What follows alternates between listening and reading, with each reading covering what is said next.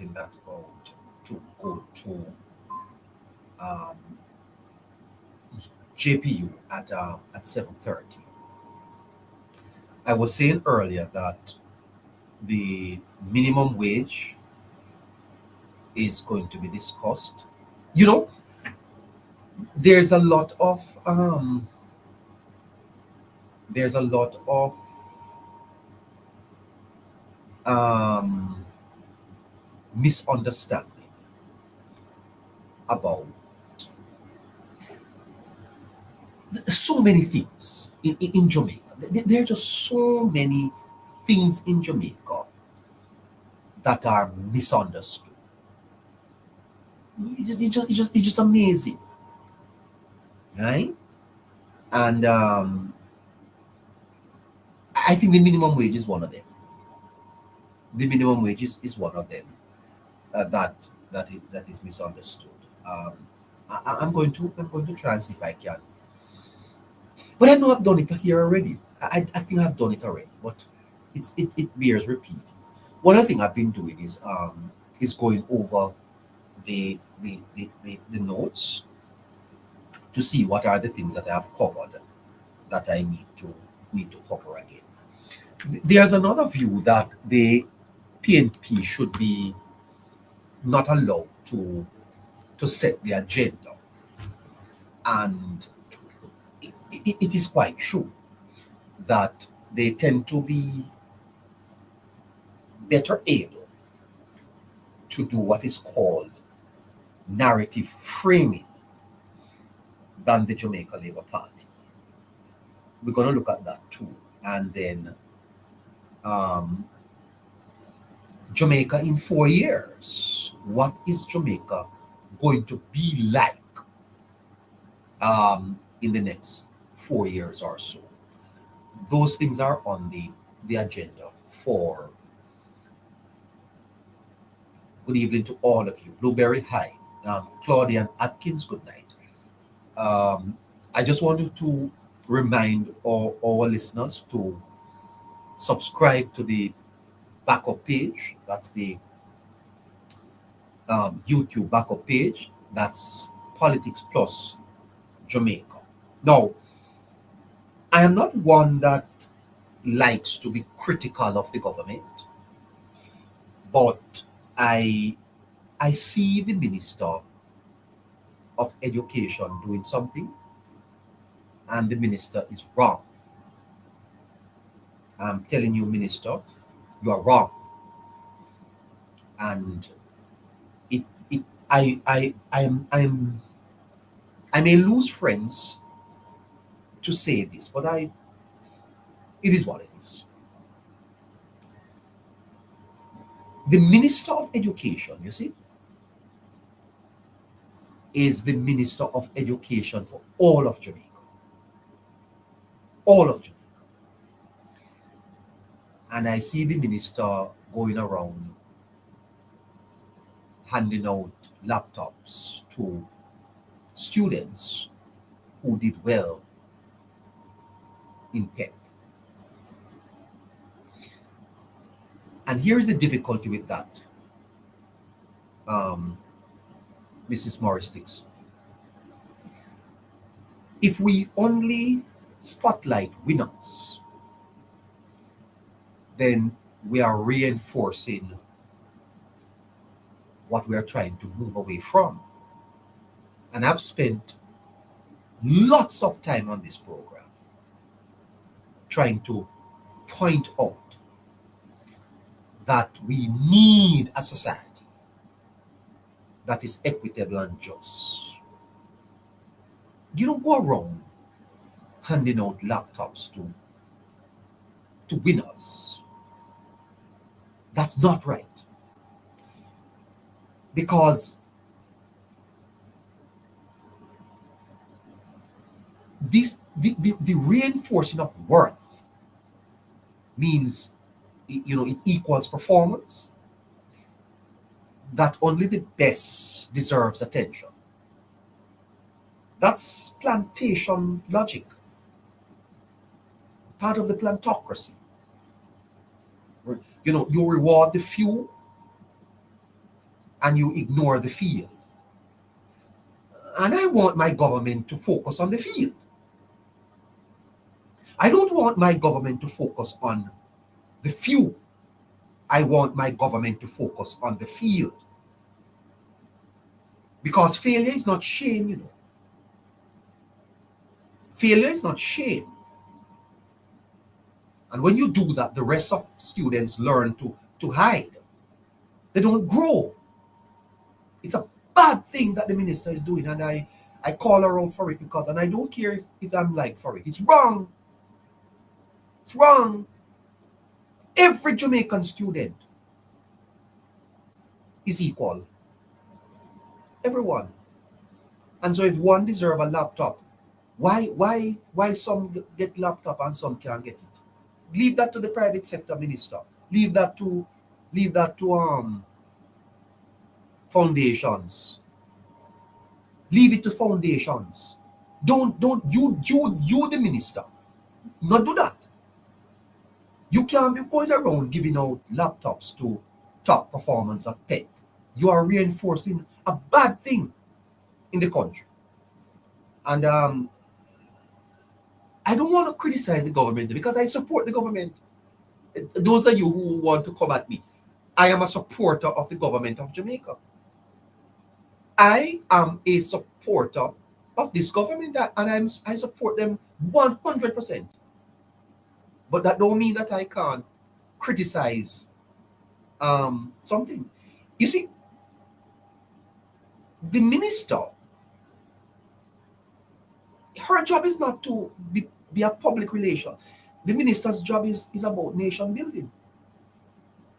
Okay? Now, if you spotlight winners, then you are risking the idea that only the best deserve attention. Have you ever thought why some students don't do well in school? That's not the logic of Jamaica going on to Singapore. If we are serious about this journey to Singapore, we have to stop them something here, right? Because when we reward the few, then we are ignoring the field. And what we ought to do is to praise everybody. Praise everybody. The minister, her position is to congratulate all the students of Jamaica. So the minister's role is to say that she congratulates all the students of Jamaica for doing well in their PEP exams. When the student, when Mr. Busha's son, who he never do too well for the PEP, because guess what? For him, him situation is a little. And when him see on him TV, the minister giving out laptops to those students, and him how he can't get one? He must do well to get a laptop. No, that's not right. Anyway, we failure should not be shame. A man who doesn't do well should not feel shame. Okay, that's not shame. The rest of people learn to hide, and we have this thing about why boys don't do well. Why boys don't do well in school?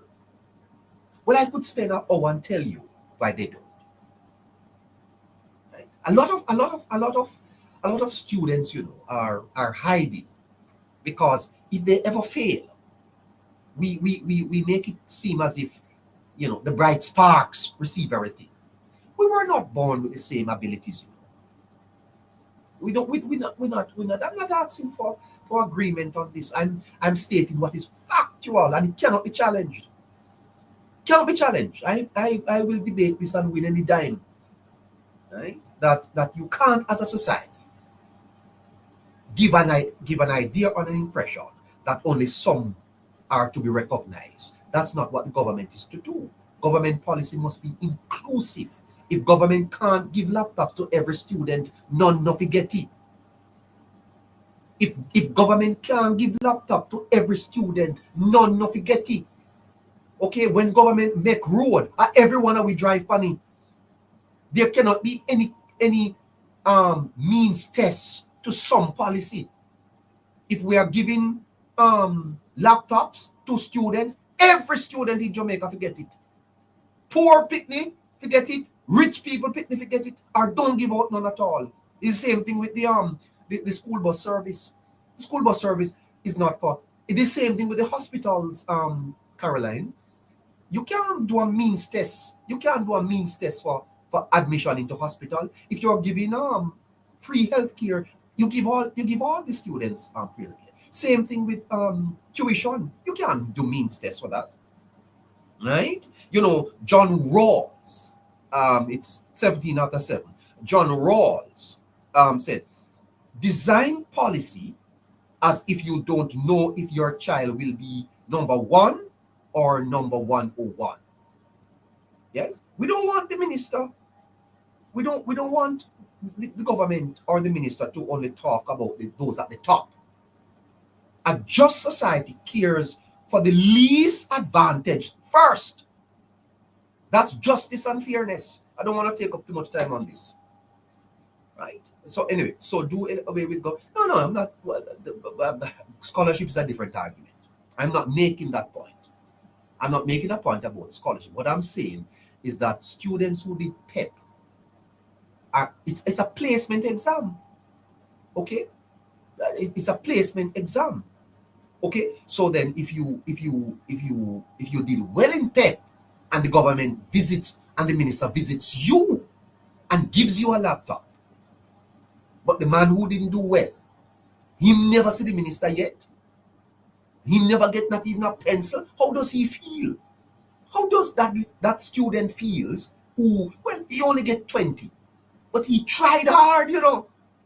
But guess what? His circumstances were just, you know, he could make it, but he never gets a visit.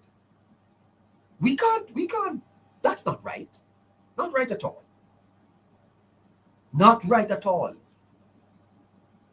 Okay?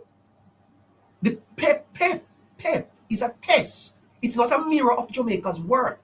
The students who did not do well at PEP, it's not a measure of your worth. I never did in my time it was common entrance. I never did the common entrance, you know. And you know why I didn't do common entrance? Because my mother told me that I couldn't do it because she would not be able to send me to high school. Is my teacher hide and put me up for the overage exam. It wasn't that I never had the ability. PEP is not a test. PEP is a test. It's not a mirror of Jamaica's worth. When you celebrate only the top, you teach the rest that they are what? None of the students failed PEP. A nation grows when we kneel to pick people up. That's what we must do. None of the students failed, Paula. None of the students failed. Our students are not failures.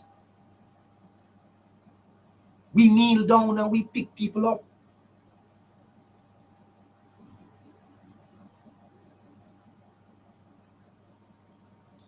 Anyway, you know, colonialism thought only a few were meant to lead. The rest wait. That's what we're coming from, you know. Just a few. They get everything. They get the laptops. They get the good schools. They get the visits.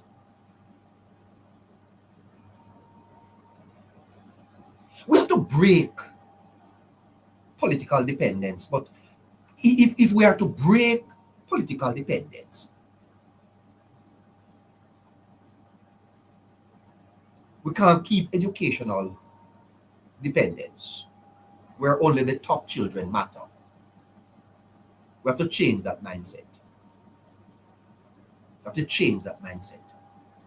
Anyway, that's debatable. That's debatable. I do not agree with it. I do not agree with the Minister of Education going around giving top students laptop. I don't agree with that. I believe that if the government is going to give laptops, they must give laptops to every student in Jamaica that needs one.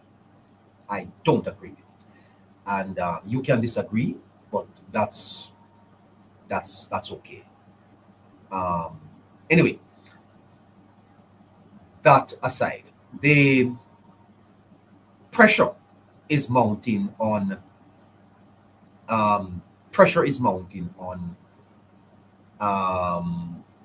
the government, the Prime Minister, to fire the Minister Wheatley. I see where the church have come out very, very strongly in asking for Dr. Wheatley to step aside.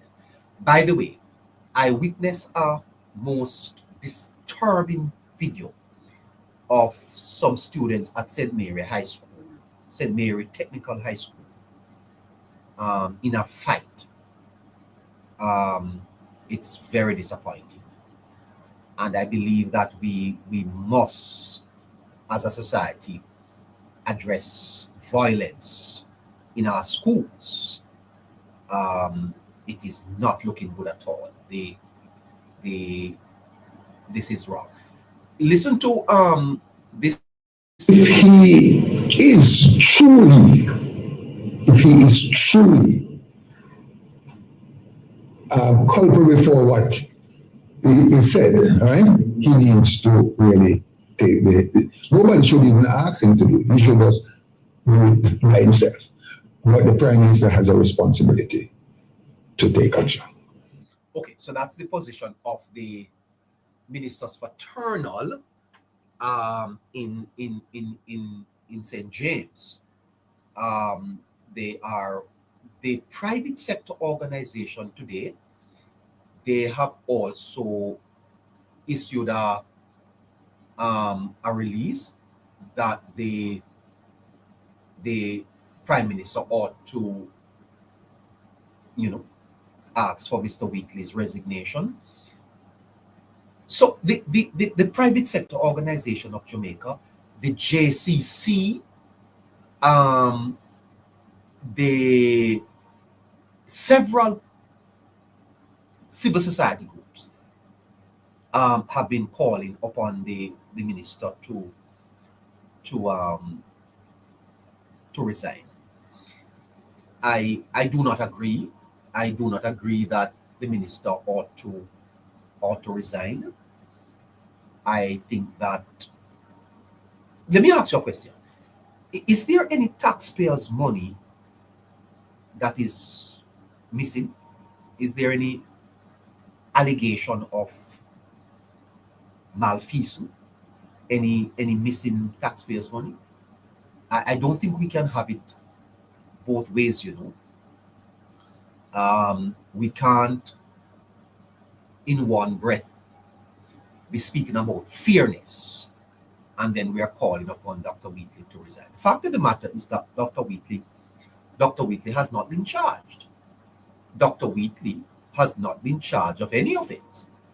And if Dr. Wheatley is charged, then I believe that we can start a debate as to whether, for the sake of perception, Dr. Wheatley ought to recuse himself.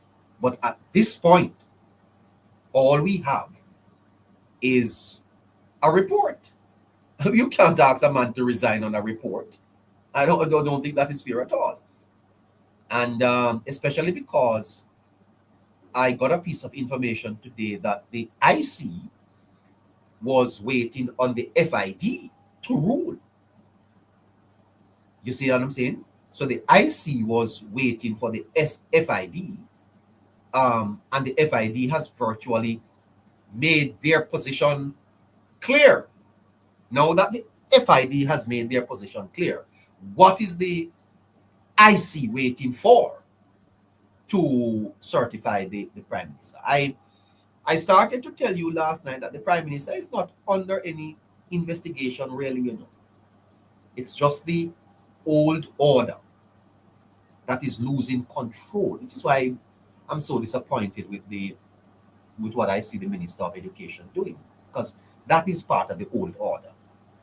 And the minister may very well be well intent, but she's not doing a good job promoting those at the top.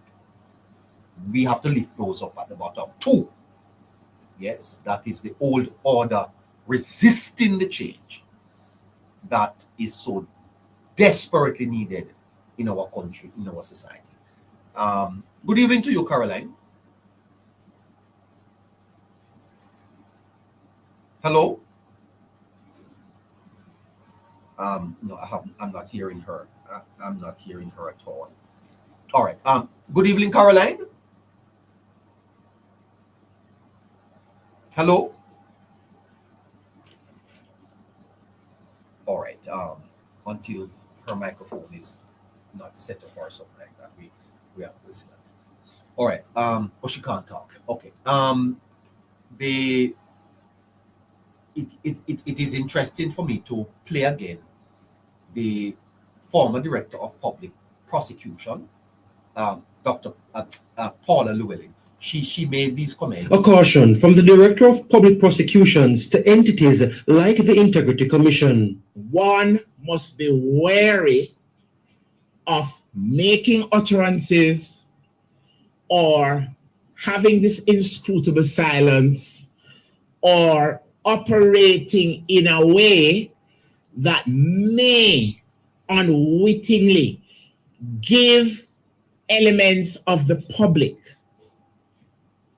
the perception that there may be an unconscious bias. The DPP stressed that unless convicted otherwise, everyone is entitled to their good name. I really do not like it when I hear persons who should know better, either by Twitter or otherwise, mischaracterizing or unwittingly transmitting false information that can negatively impact people's good name. There have been ongoing concerns about how the Integrity Commission has handled reports involving Prime Minister Andrew Holness, former National Security Minister Peter Bunting, and others.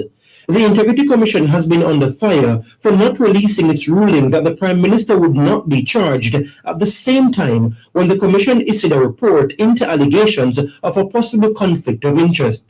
The Commission also had to table an addendum exonerating Mr. Bunting for his role in the issuing of firearm licenses. Paula Llewellyn noted that perceptions are not enough to form the basis for adverse decisions. What is very important must be an awareness that you cannot indict on perceptions or suspicion. So in other words, there must be an evidential basis to make an adverse decision, whether at the administrative level or at the criminal level. While noting that recent developments between some parliamentarians and the Integrity Commission are unfortunate, the DPP says that office and others like it must be especially careful. As the head of any entity that has the power to make negative or adverse decisions against anybody which may negatively affect their reputation or their liberty, it is critical that you are fair and that your processes are transparent. She noted that public perception about decisions is important. The perception of your power, how you wield that power, is going to be critical when members of the public seek to measure your ability to be fair. The respect that you have for people over whom you make decisions and who you serve. And Ms. Llewellyn is also encouraging office holders to acknowledge mistakes. If you have made an error, you should not be afraid to say, I have heard and I was wrong and I apologize, and indicate what you are prepared to do to course correct. She's also criticizing some public entities for not opening themselves up to scrutiny. And it seems to me that some persons in public life, especially some persons in agencies, delight, and I'm going to use the word, in hiding behind an inscrutable silence so that they don't have to face the music for something they don't wish to explain about. And that's not right. Giovanni Dennis, TVJ News. All right, so here, there you have the DPP, and I would encourage those persons who are calling for Dr. Wheatley to resign to listen to the DPP.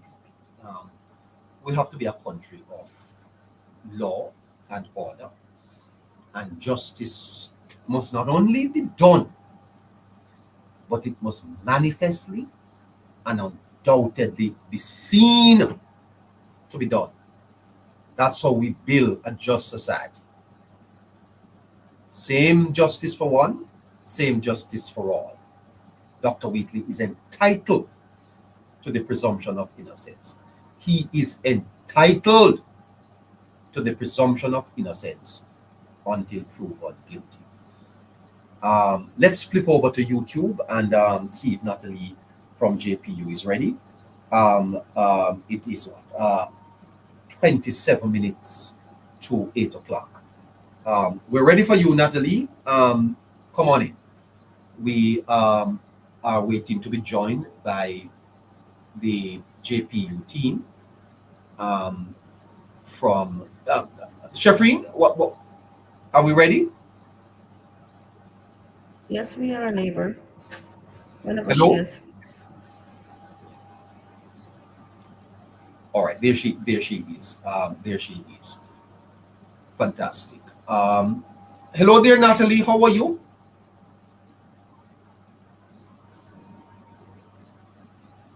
I'm live with her. Natalee, good night.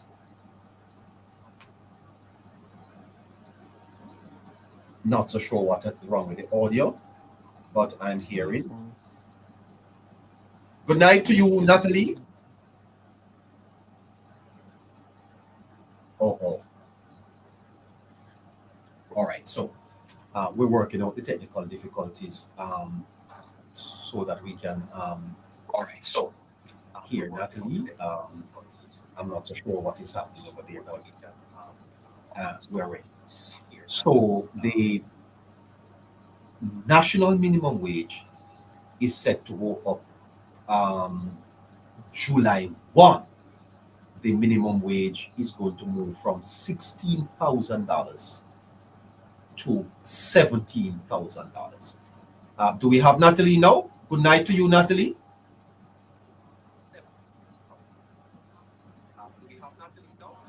Not hearing her. Hi, can you hear me? I can hear you loud and clear. What? You're looking so nice tonight. How are you? Hi, can you hear me? Are you hearing me, Natalee? I'm doing great, thank you. Yeah.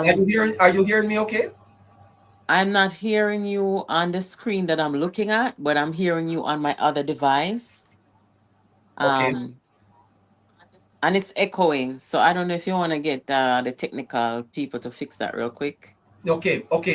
Shefreen, I'm not so sure what's happening. Are you on YouTube or you're on YouTube, correct? Yeah, so it's probably her device. So you probably need to mute something on your device, Natalee. Yeah, so it's probably her device. So you probably need to mute something on your device, Natalee. Yeah, so it's All right, let me get out and come back in. All right. So Natalee is going to get out and come back in. We're having a little bit of technical difficulties. Thank you for your patience and understanding. We have to get back to Natalee. Okay, so Mr. Warmington weighed in on the whole IC matter also. suggesting that the people of Jamaica um, did not have any confidence in the IC. So various um, the various groups that are calling for Dr. Wheatley's resignation have not commented on the FID letter, nor have they commented on the fact that the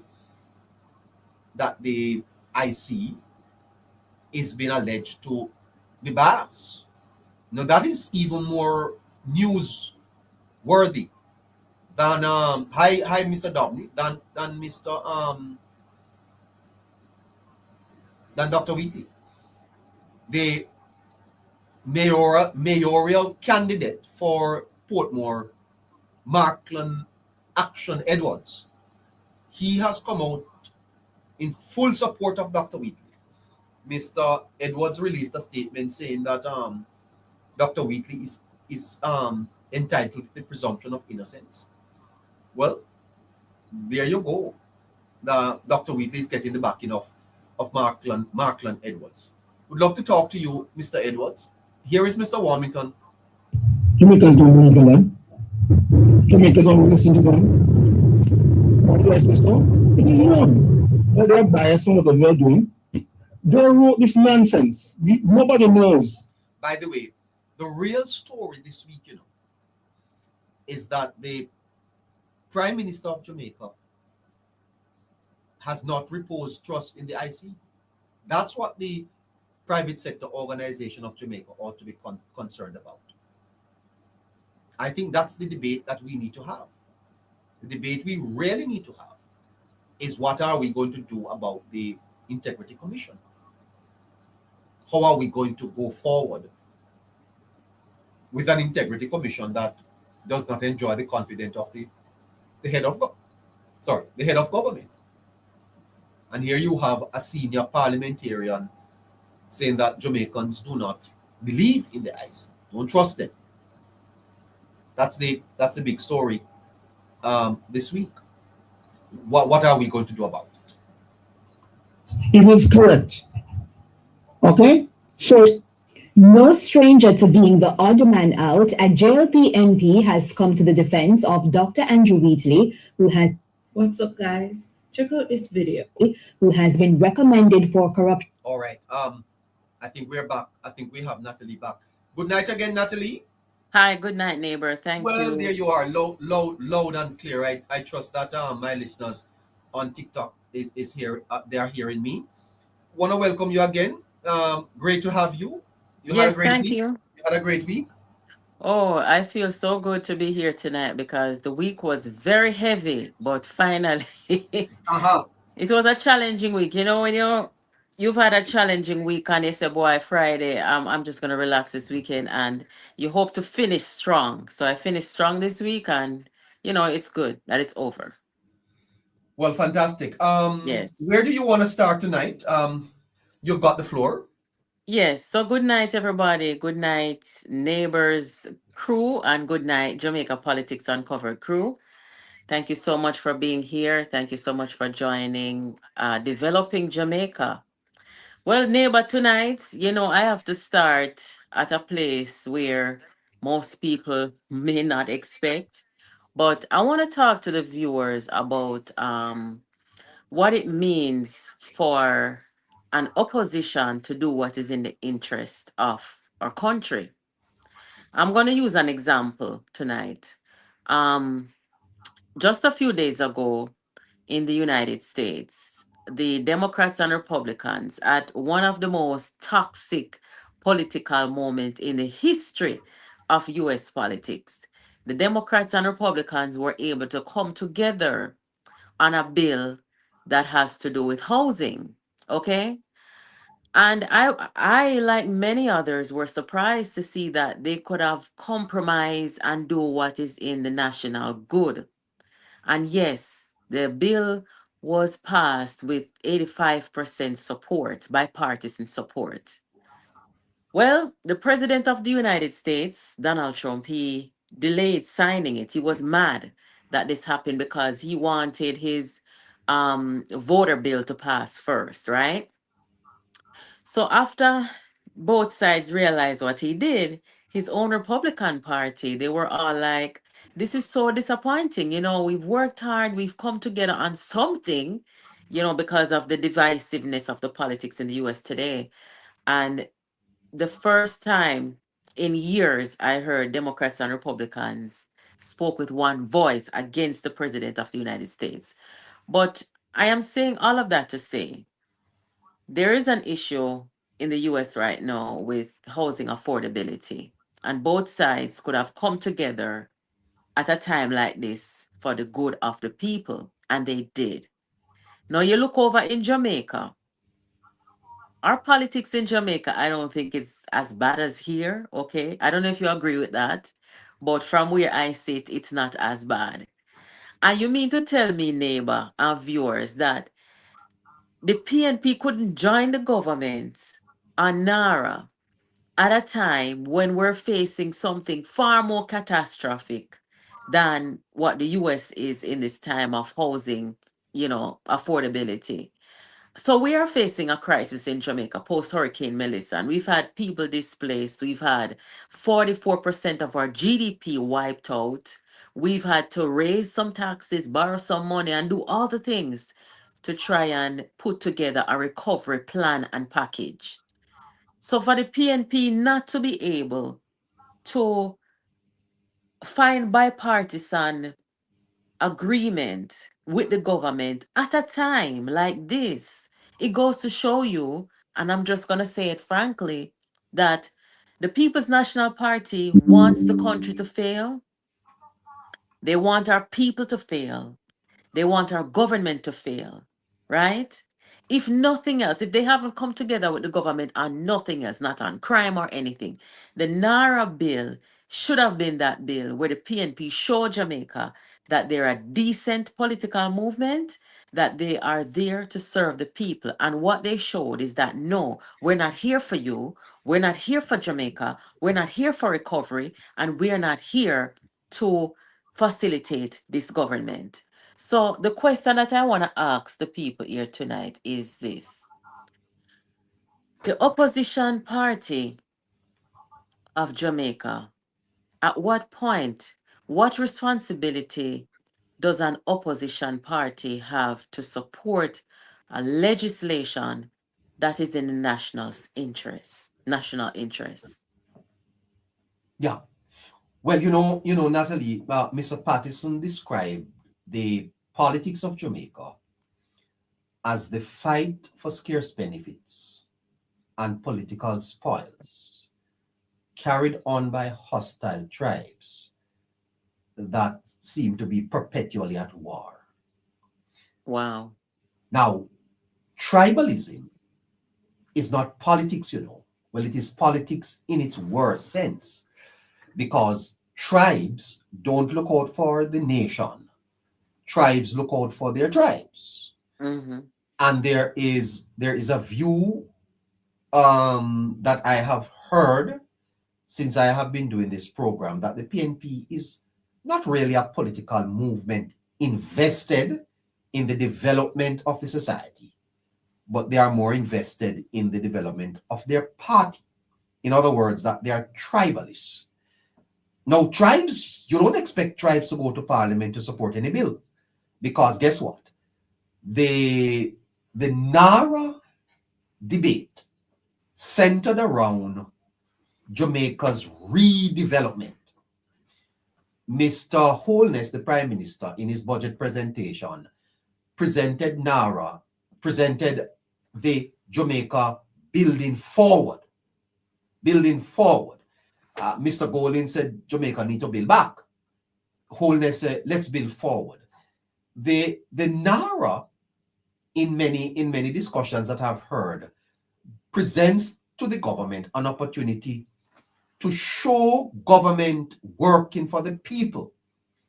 And in this regard, it benefits the government. So I don't see how the PNP,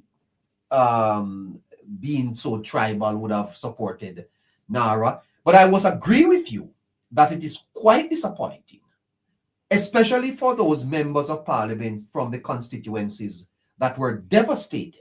Imagine Westmoreland, imagine Dayton Campbell and Nikisha Burchell and Ian Hales not supporting Nara. It is inexplicable, Natalie.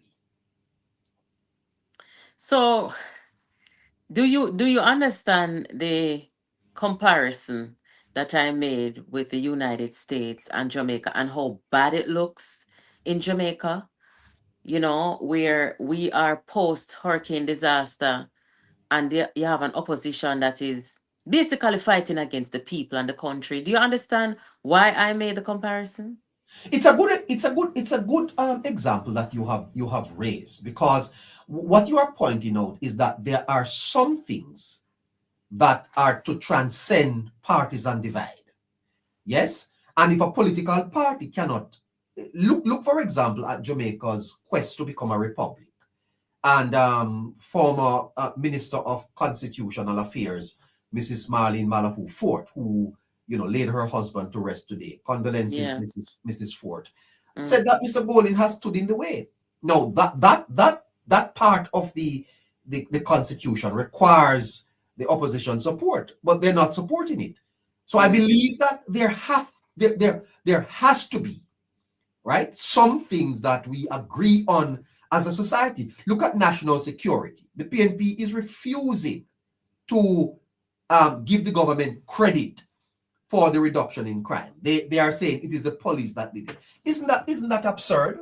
How could the police by themselves reduce crime in Jamaica? You have to be driven by policy.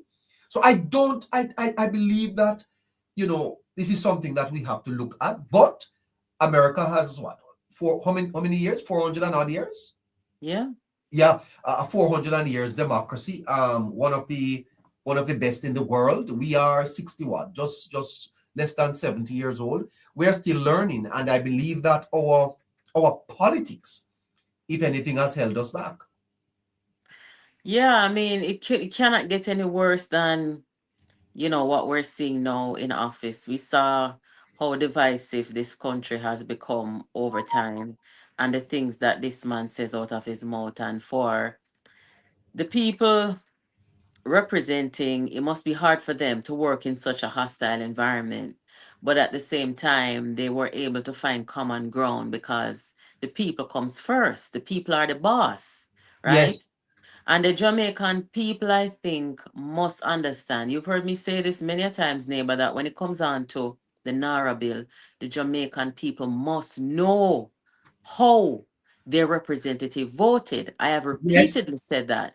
And until I saw this thing with the United States and how they did this bipartisan thing at such a time, I say, this is why I felt that it's important that the Jamaica people know who voted for and against Nara. They have to know, because you have to educate the people. Yes, absolutely, because Nara is absolutely a national project. And when the PNP found that they could not prevent Nara to go through in the House, they started to discredit Nara by suggesting that the CEO was handpicked. Miss Burchell went up on a platform and made that God. suggestion. And I don't think the JLP has I don't know what the heck is wrong with the JLP sometimes. I don't think that the JLP intentionally stood up and said, you guys are fighting against the Jamaican people by fighting against the recovery because you are not in government. They have not been able to hammer that point across to the Jamaican people in an effective way. But neighbor, before we go on, let me just let you and the viewers hear this report about the Republicans and Democrats and what happened with that real quick. Do you mind? No, not at all. Go ahead. Okay. Republicans blocked. Turned out of the closed-door meeting erupting into chaos. President Trump meeting with Republicans on Capitol Hill, suddenly erupting into a shouting match. The president had suddenly refused to sign a bill supported by Republicans and Democrats that would have helped Americans with housing and affordability. Rachel Scott at the Capitol tonight. Tonight, chaos in the Capitol. A closed-door meeting between President Trump and Senate Republicans descending into a shouting match. It came after President Trump abruptly canceled plans to sign a major housing bill, a rare moment of cooperation between Republicans and Democrats on a key issue of affordability. You heard what the reporter said, a rare moment. Yes, A and, then, rare and- moment. and when did we have one like that in Jamaica? When did we? By the way, I think it was you who brought it to the nation's attention this week that the PNP do not use the Jamaican flag at all. That was gonna be my next. That was gonna be my next topic here. I found So it interesting you're because I first, never mate. really You're first, mate. Go on with it. Go on with it. no, but I never really recognized that until I saw a video. I think you did it, that they don't Yeah. use the Jamaican flag at all. And is that because the flag having green? Because that would Well, be Neva, when I something was a else. member of the PNP, as you know, I was a member of the PNP. When I was a member of the PNP, I did not notice it. I really didn't You notice it. notice it at all. No, I Yes. never noticed it. But looking in from the outside now, I kind of get to understand the psyche and the mentality of the PNP supporters who may not have been formally educated or may not have had the chance to leave that environment and their environment, is that all they don't see politics or see the PNP through the lens of a Jamaica, right? It's like a cult movement where they only identify by that orange. They don't identify by patriotism, the Jamaican flag. Because if I were running a political movement, no matter which color, nothing could stop me from waving the Jamaican flag. You know what I'm saying? Yes. But when you look at the Jamaica Labour Party, they do it. They had the Jamaican flag put on all of their uniforms. The people, the supporters that come, they have flags available. They're waving the flags. Same thing with America, whether it be Democratic conference or Republican conference, whether green state, blue state, we identify by blue and red states in the United States. But that American flag is always going to be the backdrop of these political organizations, But right? is that all blame for the PNP though? Do you think that we as a people are patriotic, or are we more partisan to our party? Because I think Americans tend to be more patriotic than Jamaicans are patriotic to Jamaica. Look at Choose Jamaica. People talk about Choose Jamaica. Choose which Jamaica? I don't know that we are a patriotic people yet, Natalee. Well, like I said, it's the way that people who participate in our democracy, in our political movements and activism and so on, they are conditioned by these political parties, right? In how to think and how to see things, and that can be good sometimes and not so good sometimes. But when I look out at the PNP, as I posted that video and showed you guys, and you don't see one Jamaican flag in there, that goes to the mentality of the people who are following the PNP. They're only about the PNP and winning. They're not about the national good. And that starts at the head of the political movement. In other words, Are we patriotic? It's part of the culture of the organization. Well, I don't know if I can say that, neighbor, because look at the Jamaica Labour Party. Do you think that the Jamaica Labour Party supporters are patriotic? How do they behave when they're not in government? We have to look at all of those variables. You understand? So, with that being said, now the Jamaican people must take note. If the PNP is so, let's say them anti-green to the point where them cannot and will not wave the Jamaican flag because green in there, it means that them don't patriotic, them not understand the word patriotic. There's not a patriotic bone in their body. Because what I say, nothing could have stopped me as the leader of a party, irrespective of what color we use to color code, could stop me from waving the Jamaican flag. That's the first flag. Yes, of The course. orange and the green is the second flag, Yes. Yeah. So if you look at all the PNP meetings and in the election, when actually I didn't just notice it today. I noticed it during the last election as I was following and watching all the political rallies. And I said on the platform on YouTube and to the government, me notice that uno will go on rallies with one Jamaican flag, but the PNP them not do it. Me say me no want just see 1 or 2 people a walk with a Jamaican flag. The whole of uno, every rally want to keep uno bring whole heap of Jamaican flag there and make the world see say uno say Jamaica. The PNP, if me challenge the PNP right now, and say to them say, the next meeting want to keep, carry some Jamaican flag going there. Them not do it. You want bet? Yes, I want to bet you. They not do it. I challenge them. They will not do it. Yeah. So before you close out this segment, Natalie, what you are saying is that you had expected that NARA would have become a national project and that the PNP would have, with even their objections, would have supported the bill. And you are saying that their non-support of it says what about them? It has never been more clear to me than now, and after seeing the bipartisan work of the Democrats and Republicans. And besides England, and that's a whole nother story, they just got a new prime minister over there. But the politics and the political climate, nobody expected. The reporter call it a rare moment. Nobody expected the US to have both major parties find common ground in what is good for the people. So when I look at that, neighbor, and I look at the PNP and see that we have a more serious situation where we need bipartisan work for the people after the hurricane. And when we sit back and look and say, what is the role of an opposition? How is an opposition supposed to behave in the face of crisis? You know, all those questions come rushing. And when I did my assessment and look at the PNP, I realized something very sad. And that is that the PNP want to see the country, the people, and the government fail. And that's a terrible, terrible thing. And them say, no, In other words, you can judge a government.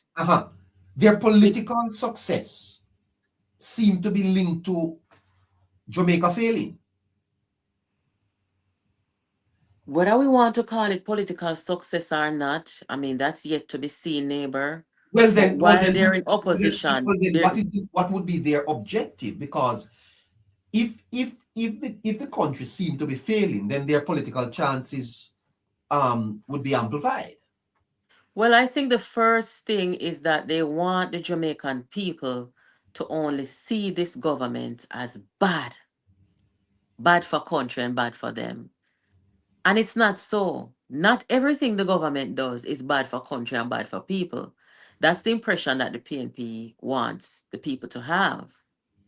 And they're so heartless that even when their own people are suffering in the aftermath of a national disaster, they cannot find it in their hearts to find consensus and to act bipartisan in the good of their own people.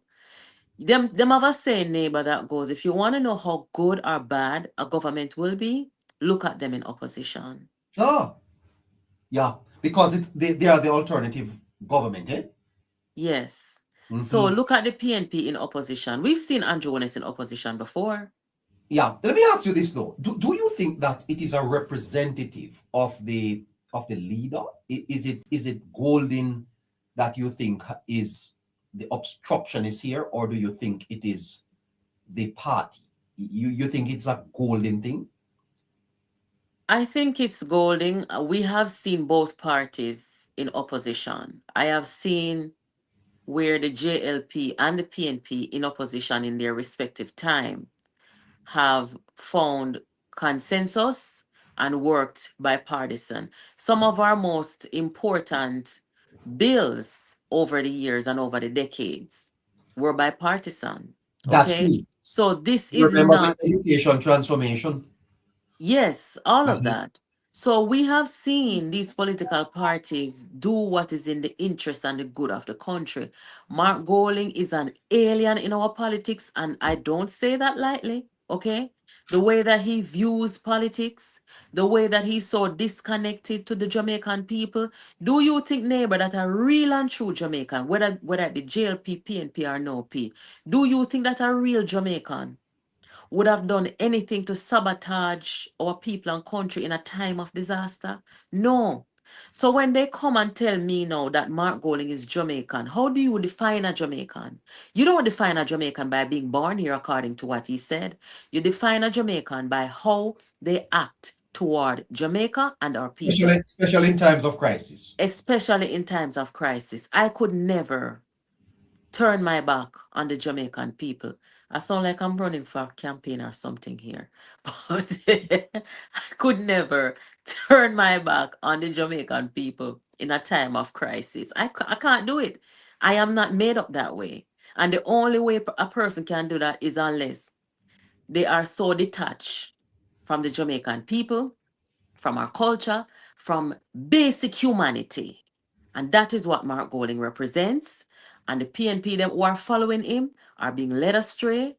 And right now they just look like a cult movement led by a man without a heart.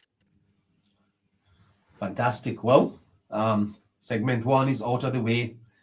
And we are suggesting that the United States, the Republicans and the Democrats, they came together at a time when America needed them to come together. And before we close this segment, Natalee, do you notice that especially during times of war, the United States tend to come together and keep their president, they tend to have that thing about them, national pride, something that we could develop here in Jamaica ourselves. Gas prices are going down. I filled up my car day before yesterday. I realized it was only $40 compared to $60 that I was paying. So, things are happening, and that's good. The cost of living since the wars, they've been a major concern for Americans, and the American government and opposition, they had to do what is, because one thing in a neighbor, if you look at the history of the US, the United States of America is a country where if you come around here and you're not doing it what's in the interest of the people, they will take you out by any means necessary, Whether Yes. by the ballot or by the bullet, or so they work over here, so Yes. Okay. So these people, they know better. But anyway, I hope the Jamaican people who are listening to us tonight. I think I am freezing on TikTok. I'm not so sure what is happening. I think I'm freezing on TikTok. Sorry. Go ahead, Natalee. Give me a minute. Let me just try and see if I can pick something here. Yeah, man. I just want the Jamaican people who are listening tonight to take a close look at the comparison and the analogy that I made between the United States politicians in opposition and the ones in Jamaica. And you will see clearly that the opposition People's National Party of today, they behave as if they do not like our country. They do not want what is good for our people. And these people are representatives of those who suffered dearly in the hurricane that just passed. Okay. So you got to talk about these things to your neighbors, your friends, your colleagues, and you have to put it to them and get people to understand. Because in order to have a successful and a good country, you have to have an educated population. You have to have an educated people. So, shall we move on to segment 2? Are you ready? You go ahead. I'm getting a freeze here. I'm not so sure what's happening, but you may have to just go ahead. Just go ahead. Let me try and see if we can fix it. Okay. So, guys, in segment 2, this was hotly debated in the parliament this week. We're talking about the minimum wage. We're talking about the promise that was made by the government versus the reality that we're facing right now. The opposition came down on the government very hard, saying that the minimum wage increase of $1,000 is not enough. It's not a livable wage and everything like that. And the government, for those of you who don't know, the government announced an increase from 16,000 to 17,000, which will be effective July 1st, right? And the opposition says that the increase should have been larger. The government originally intended to move minimum wage from 18,000, sorry, to 18,000. But of course, Hurricane Melissa forced adjustments after significant economic damage. To put it short, our GDP was wiped out by about 44%. Yes, we heard the promise of the government, but we also can see the reality of today. So if you compare historical records on the minimum wage, you will see that the previous PNP administration, um, previous PNP administrations, their minimum wage increases were relatively infrequent and as low as 200 Jamaican dollars at a time. So they at no point in time did the PNP through history ever raise the minimum wage by $1,000. And if there's anybody who want to dispute that, go right ahead. Okay. So should the government be judged only based on their promise or based on how responsibly they respond during national crisis? The reality, my friends, is that Jamaica, the hurricane broke with foot, as what we would say in Jamaica. When we are saying that we foot broke, it means there's delay beyond our control, right? So I don't know if the PNP is on this planet or what they expect the government to do. Because if you, as the opposition, cannot see that the government has no choice, I mean, we should be glad that we're even getting a raise to begin with of $1,000. It's better than nothing at all, right? But if the PNP is suggesting that somehow the government must find a way, anyway, to come and bring a bigger raise, then that means that what they're promoting is irresponsible governance, right? Irresponsible governance in increasing the minimum wage more than by $1,000. Where are we going to get the resources to do that? So the question here tonight, neighbor, for our viewers is, should governments maintain campaign promises regardless of changing national circumstances? And the answer is absolutely no. As a matter of fact, I want to commend the government for at least adding $1,000 to the national minimum wage. That's $12,000 a year, by the way. Yeah. For persons who think that it is not enough, that's $12,000 per year that you're getting. Now, if you follow the minimum wage debate in Jamaica, you will realize that it is very political. And here is where politicians pander to the ignorance of people, especially the poor. You know, Jamaicans would be very happy if the minimum wage went to $30,000 tomorrow. What they don't tell you is that if the minimum wage went to $30,000, you won't have a job. You won't have a job. And not only will you not have a job, but the prices that you are currently paying at the supermarket, those are going to go up.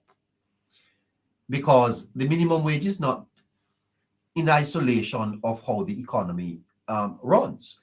There are several things that we probably don't have the time to get into tonight. However, the government made a promise that it was going to raise the minimum wage by, I think, $2,500 every year until it got to $30,000.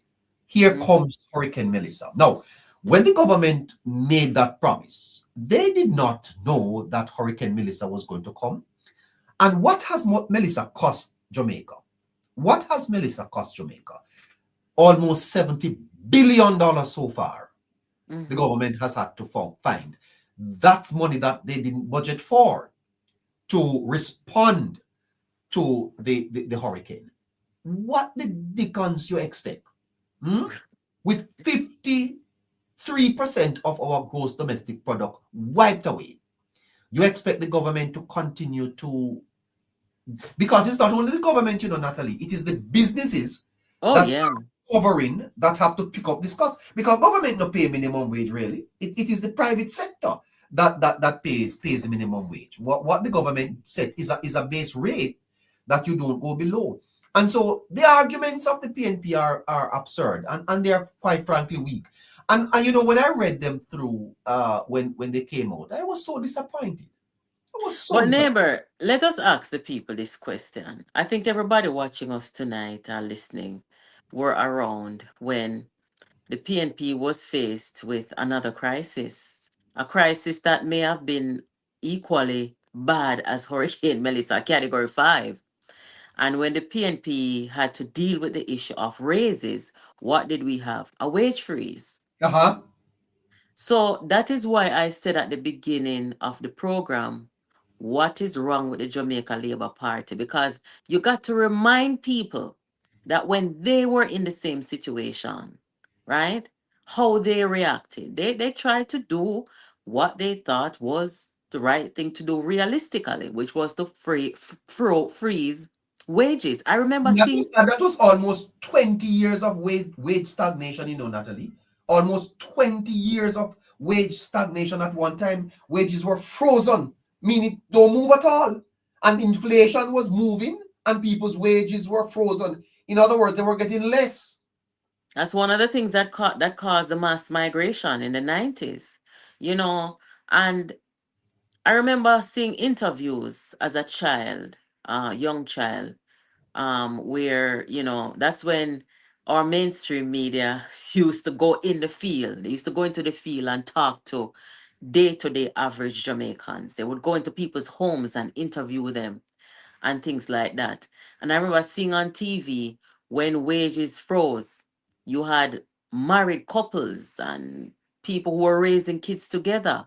And they must say, boy, they're anticipating, they must go stop the certain things. You understand? They must go adjust which child them sent to which school and what them could afford and all these things. Basically bracing themselves, right, to live on wages that were not really sustainable to raise a family, right? And no outlook of it getting better. That's what happened. So how could the Jamaica Labour Party sit down and let the PNP in this time come to the parliament and chastise them about giving a raise? It's not like they're not giving a raise at all. They're not giving a raise at all. They're giving a raise of $1,000, which is a little less than what was promised, which the government had to change course on for obvious reasons. You understand? So, you know, that's another opportunity for the government, I think, to, because this is really about informing the people. This is about explaining to the people so that when them go out there go say, you know, the government, them not live by them promise, and them they promise this. And it's like, you know, what would you do if the PNP was in government? What would they do? These are the questions that they should ask. Yeah, maybe there would be no increase in the minimum wage. By the way, earlier I said it was $12,000 a year. It's actually $52,000 a year extra that minimum wage workers are going to be making. 52? 52. That's $4,000 per month. Divide that times that by 12. You're ending up at $52,000. So that's 4,000. Times 12, that no actually 48. I think there is more weeks in this, so it's $52,000. I don't hear the minimum wage workers complaining though, you know, Natalie. Quite frankly, every little that they get at this time helps them, and all we can pray for is that the economy will recover and ensure that by next year, as NARA starts to drive economic growth. I saw the Minister of Tourism this week in his sectoral presentation saying that more than 8,000 hotel workers are back on the job, with tourism booming again in Jamaica. I'm sure that by the next year budget, we may see greater increases in our minimum wage. It may move from 17 to probably 20 or $9,000. It's incremental and it is catching up. Jamaica is catching up after many years of stagnation. As I said, during the 90s, it was almost 20 years of no increase in wages at any level. So, And so they are neighbor, doing this. Yeah, before I forget, the people listening to us tonight must remember and must be aware that since the Jamaica Labour Party came into government 2016, they have raised the minimum wage 6 times. Okay. If the PNP during their time was raising the minimum wage at the same rate that the government has raised it at, and the same amount, not by no look at 200 Jamaican dollar, because that's not money from when. Okay. So if the PNP was raising the minimum wage at the same rate and frequency, then you know how far Jamaicans would be right now with minimum wage. If you really Right. do the calculation, it would be much better. So the Jamaican people must understand that this government is doing a better job under circumstances where the PNP never faced no pandemic, you know. So this right. government come under some serious setbacks over time. And that is important to know, because when you see how your government has navigated your country through all of this, credit must be given where it's due. Quite true. Quite true. And I believe that the people who are benefiting will give the credit that is due when the time comes. Yeah. Because don't think that people are stupid, you know. And a lot of Jamaicans are earning these little wages. We call them minimum, but if you see what they're doing with their minimum wages, you know, the Them a farm, go beach. Neighbor, yeah, them a go on beach trips. You want the man when they come out one protest where they yeah, across the people them say, well, look, they wanna go on a beach. People them gone on beach trip, a beach them say yeah. them not say protest. Nothing So of protest at all. them Yeah, have they do money, the little but partners and they, um they do the little business. Yeah, on a yeah. more serious note, I say this to minimum wage earners in Jamaica. If you want to earn way more than what the government and country can afford at this time, go and upskill yourself. Go and start some business, start thinking innovatively. There's free education. I mean, I've talked to people, during the election time. I had people call my program and say, listen, me a big woman, me go back a heart, go do. One of my favorite who called, she said that she had raised her kids. Her kids were over 20 years old. And she, the mom, went back to heart, and she got a certification in, where you call that? That's something they went time people do flower arrangements and stuff. Yeah, I forgot to ask Honeybee. Okay. Well, Honeybee, you here tell us. yes. So she got a certificate in flower arrangement. So you can call her up if you're having a wedding or something, and she will do the flower arrangements and decorative stuff like that. Yes. And she basically has her own business. And I say, if I'm ever having something in Jamaica, I'm gonna call you and you're gonna do my flower arrangement and stuff. So she opened a new stream of income for herself. But it's not just Jamaica, it's around the world. People are, especially, people who already have established careers, them feel like say them just not making it or something. They find a new way, a new stream of income. That's just the way of the new world right now. So, there are some people, neighbor, I'm so disgusted, by the way, by, you have some people. I saw a video this morning of the TikTok space here. You have some people, neighbor, who they live their whole life being non-productive. And when them reach a point now where them have to look themselves in the mirror and realize, say, I have done nothing with my life, they turn their venom on the government of the day. And I find that to be so wrong.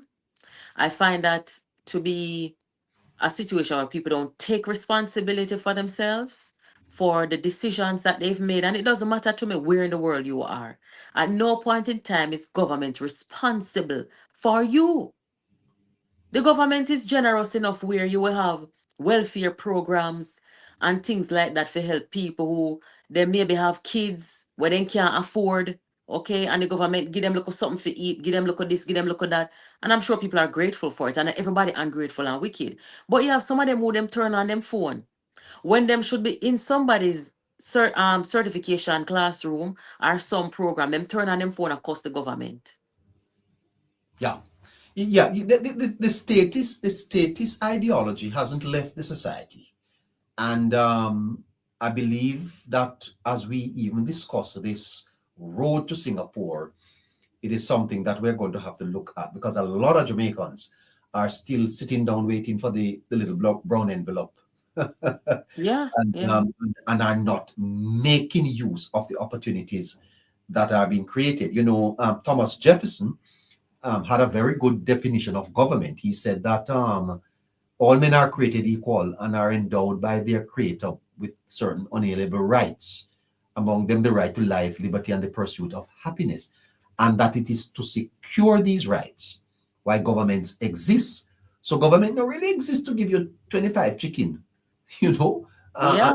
and a bag of feed and a brown envelope. Government exists to create an enabling environment that you, the citizen, Can thrive in.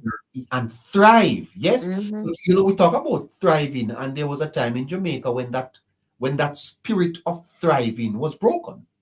But Jamaicans had thrived and and came to the realization that their thriving was, you know, never make any sense. So that spirit, I think, is coming back, especially over the last 10 years. And I said on the program last night that I believe that Jamaica, if it continues on this path, is going to see phenomenal growth as the people's entrepreneurial spirits are reignited, and hope, especially persons in the diaspora who want to come home back and start business and do all of that. There are many opportunities, definitely many opportunities for growth, entrepreneurship, and all of that. People have to learn that they have to be self-starters. And I'm talking about the people them who take up them phone and come on TikTok, a curse out Andrew Holness, this and that, Andrew Holness. And it's like, Andrew Holness is not your father. You understand? Go and find a plan to how you're going to advance yourself. And you know, a lot of people came up from nothing Yes. because they weren't focused on who is gonna do for me or who is not doing for me. That is not a good mentality to have, especially for able-bodied people. Yes. People who are able physically. Yeah. Did you hear the Prime Minister last week suggesting that there are about 200,000 Jamaicans that don't want to work? A long time I hear him talk it enough from in election time. And I said, you know what? Jamaica is gonna be filled with workers from overseas soon if people are not getting trained to take up some of these jobs. And I Can hope you they don't imagine? complain. Then how them survive? Boy, neighbor, that's a that's a very interesting question. I'm not even sure. Maybe from remittances. I don't know. Uh-huh. Yeah. But Fascinating. neighbor, you and I did not talk about this because this happened just today. So I hope you don't mind if I bring this to the audience without you having a heads up about it. No, go ahead. So on the way home today, I went and met up with a friend who she does my pedicure. It's about 35 minutes away from Does you me. what? She does you She what? does my pedicure. So it's about 35 minutes drive from home. What is that? When you do a toenail, them man. Oh, uh-huh. Neighbor, me have okay go do a toenail make you know pedicure. Pedicure. No, sir. Okay. Yeah, so all right. So anyway, on the way home on this 35-minute drive, I said, let me tune into the Senate. Yes. And I turned on the Senate, and I could not believe what I heard coming from opposition Senator Lambert Brown. Yes. To the point where the House Senate, the House President had to turn off his mic and ask him in front of the Jamaican people and the world, are you saying, as a representative of the opposition, that the Secretary of State of the United States is sending people down here who are pedophiles? And I want the viewers them to hear it. I heard it, yes. I brought the video and I want the viewers them to hear it, neighbor. Yes, of course. Uh-huh. What a fascinating piece of information this is coming out of the Senate today. I heard Mr. Lambert Brown with it said they're sending pedophiles here. Can you imagine? Pedophiles, violent criminals. I don't know where they're getting this information or if it's just become a thing where it is now a norm. You know that this will make international news, Natalee. This is a senator in the Jamaican Parliament. Yeah. Let me let the people hear it real Here quick. is the evidence. Yeah, let's hear it. for the Occupational Health and Safety Act to be. Oh, and just for clarity, the discussion today where Lambert said this was in regards to the civil aviation amendment, because Jamaica has to be in accordance with the global standard of civil aviation, right? So that was the discussion. So I don't even know where Lambert pull out this from the hat, but make it people them hear it. As a matter of urgency, by saying, what about this going? You want me to talk about this bill? This bill to me appear to be preference for foreigners. It's the same approach. But Senator Brown, with the greatest of respect, how can civil That's aviation... my opinion. No, I'm asking though. Well, How can civil aviation safety... How can civil aviation safety be aimed at foreigners? Let me talk what I want to talk.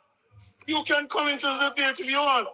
The reality is that just like the TCN, preference to foreigners over the Melissa victims, just like the preference, the rejection of Jamaican coming back from the UK, we are seeing a government showing a preference to foreigners over Jamaica. I choose Jamaica. For you, choose Jamaica as a slogan. For you, choosing Jamaica as a slogan. For me, it's reality. I raise the issue.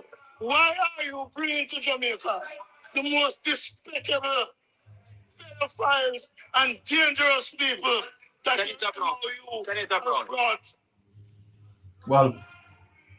Well, I should tell the listeners that a pedophile is an old man or an adult person who has a persistent sexual interest in children. So what Senator Brown is saying to us and to the world is that the United States and the Jamaican government have agreed to send people here to come molest with picnic. That's what Mr. Brown is saying. Now, how is it that has the government of Jamaica put out a statement on this yet? No, and that's the thing I keep saying with the JLP and their communication. This was said in our Senate.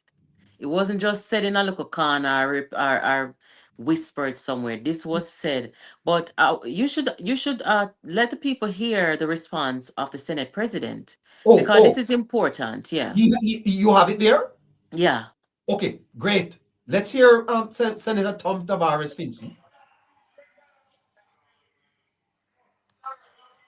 Senator Brown, I have to turn off your mic. You heard what you said?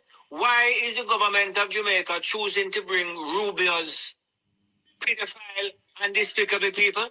That is the position of the People's National Party. That is the position of the People's National Party. Well, if that is the position, I want you to state. I want you to state on the record that that is the position of the People's National Party. The Jamaica Labour Party government is bowing to Rubio to bring pedophiles and criminals to Jamaica. Let the record show that that is the position of the People's National Party. Please have your seat. All right, so neighbor. Hold on. Did he admit that that is the position of the People's National Party? He said that that is the position of Lambert Brown, but everybody knows that Lambert Brown is not an independent senator. Lambert Brown is a PNP senator. So what the Senate President is saying about having it on the record, it is important that the world, including the United States and the Secretary of State and the State Department, they must hear and they must know that an opposition senator in Jamaica goes to the Senate and say to the Jamaican people that the Secretary of State of the United States is bringing in violent criminals, pedophiles, and them something in our country, which is a blatant lie. You know, another thing too, neighbor, while I'm on this topic, what I saw today, which I think the Jamaica Constabulary Force should do something about it. But shocking. you have members of the PNP who are on YouTube saying that them out here attack politics. I see them do something today. They posted today saying that 25 of the people came into the country and that they're at a house in St. Mary. Now, when you have people come into the country, okay, and you have people who are trying to oust them or identify them and their location, that poses a threat to these individuals.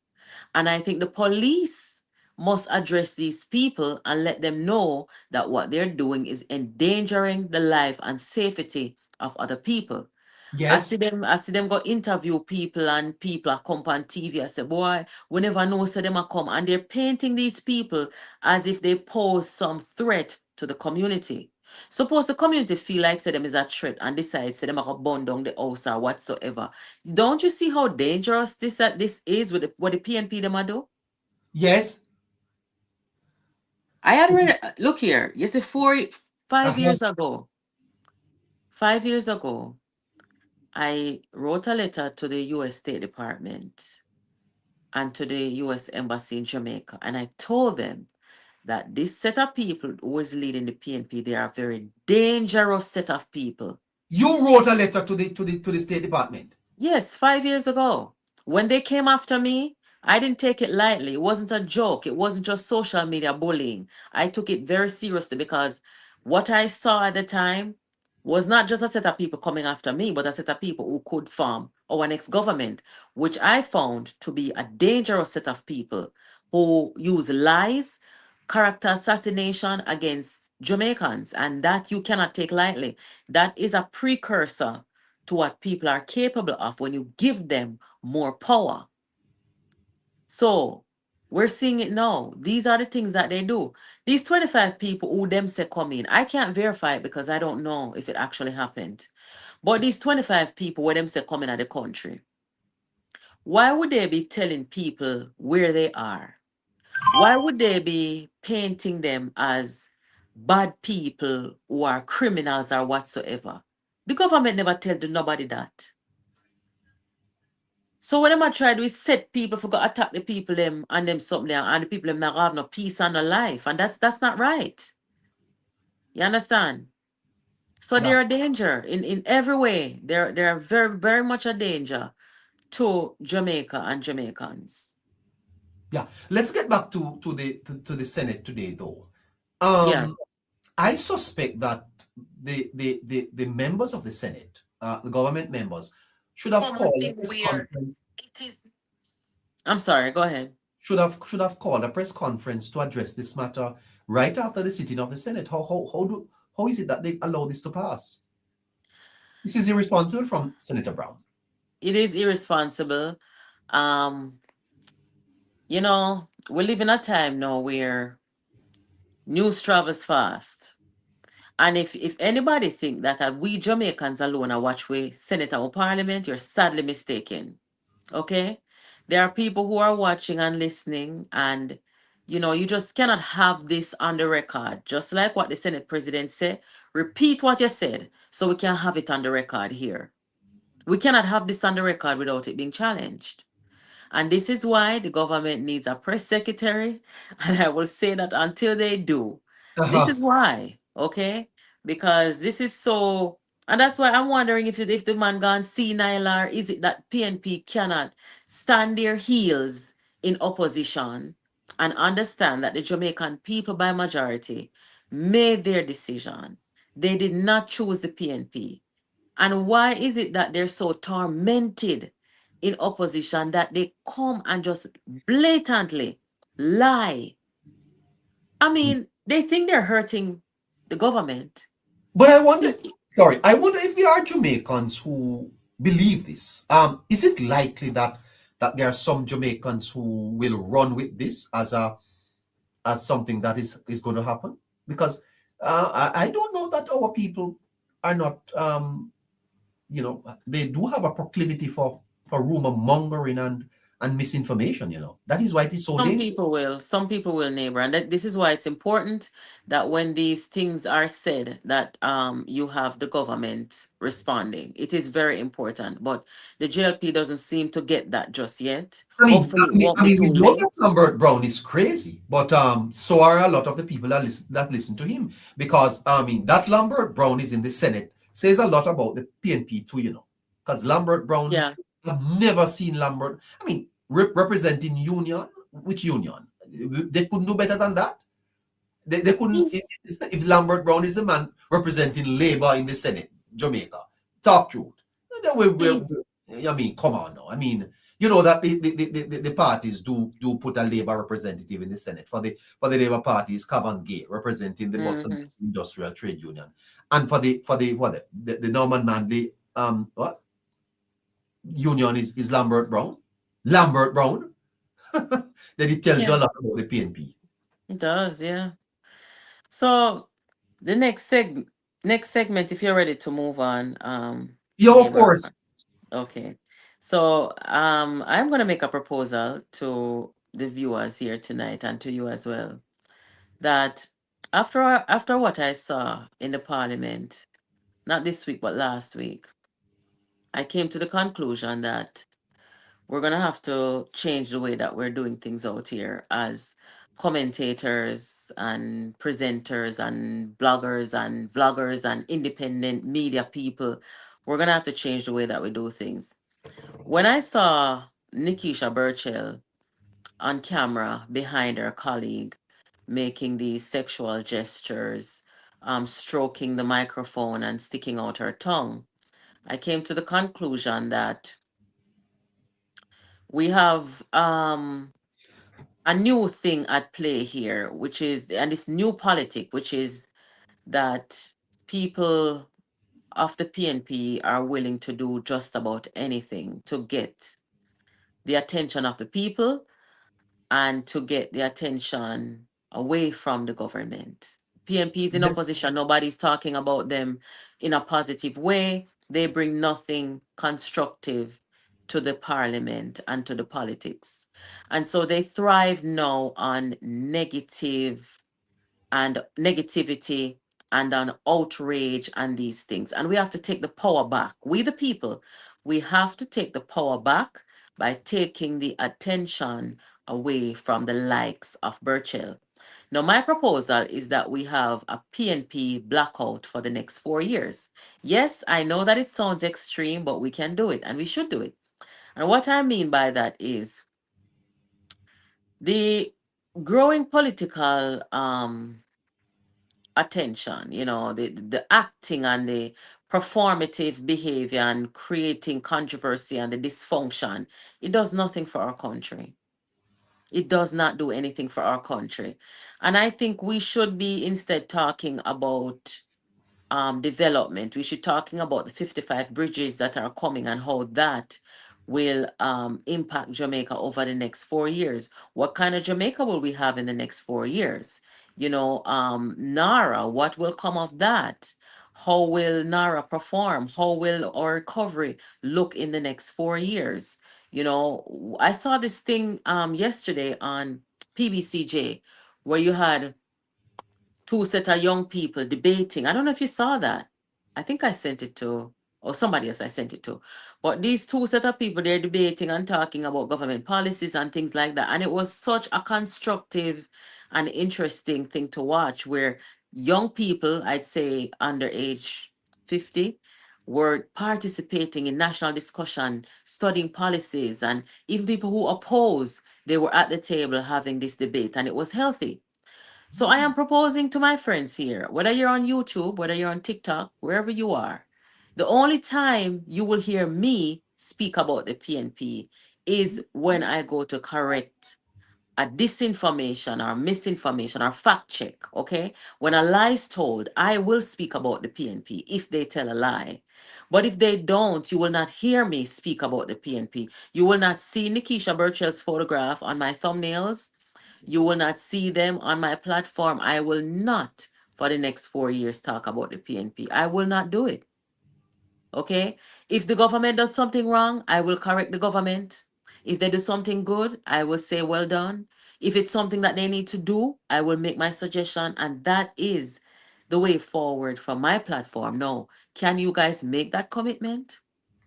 Can we take the attention away from the opposition that brings nothing constructive to the parliament, to the country, and to the platforms out here? They know that when they go in parliament and they start stroking microphones and sticking their tongue out, they know that all the bloggers, them are going to take it and them are going to run with it and say, Lord, look what they do, forgetting what the government may have said about infrastructure. So we're not playing that psychological game with the opposition.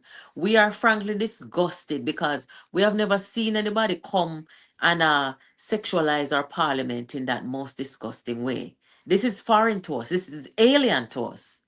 And that should not be what the discussion for us Jamaicans should be about our parliament, about our politics and our politicians.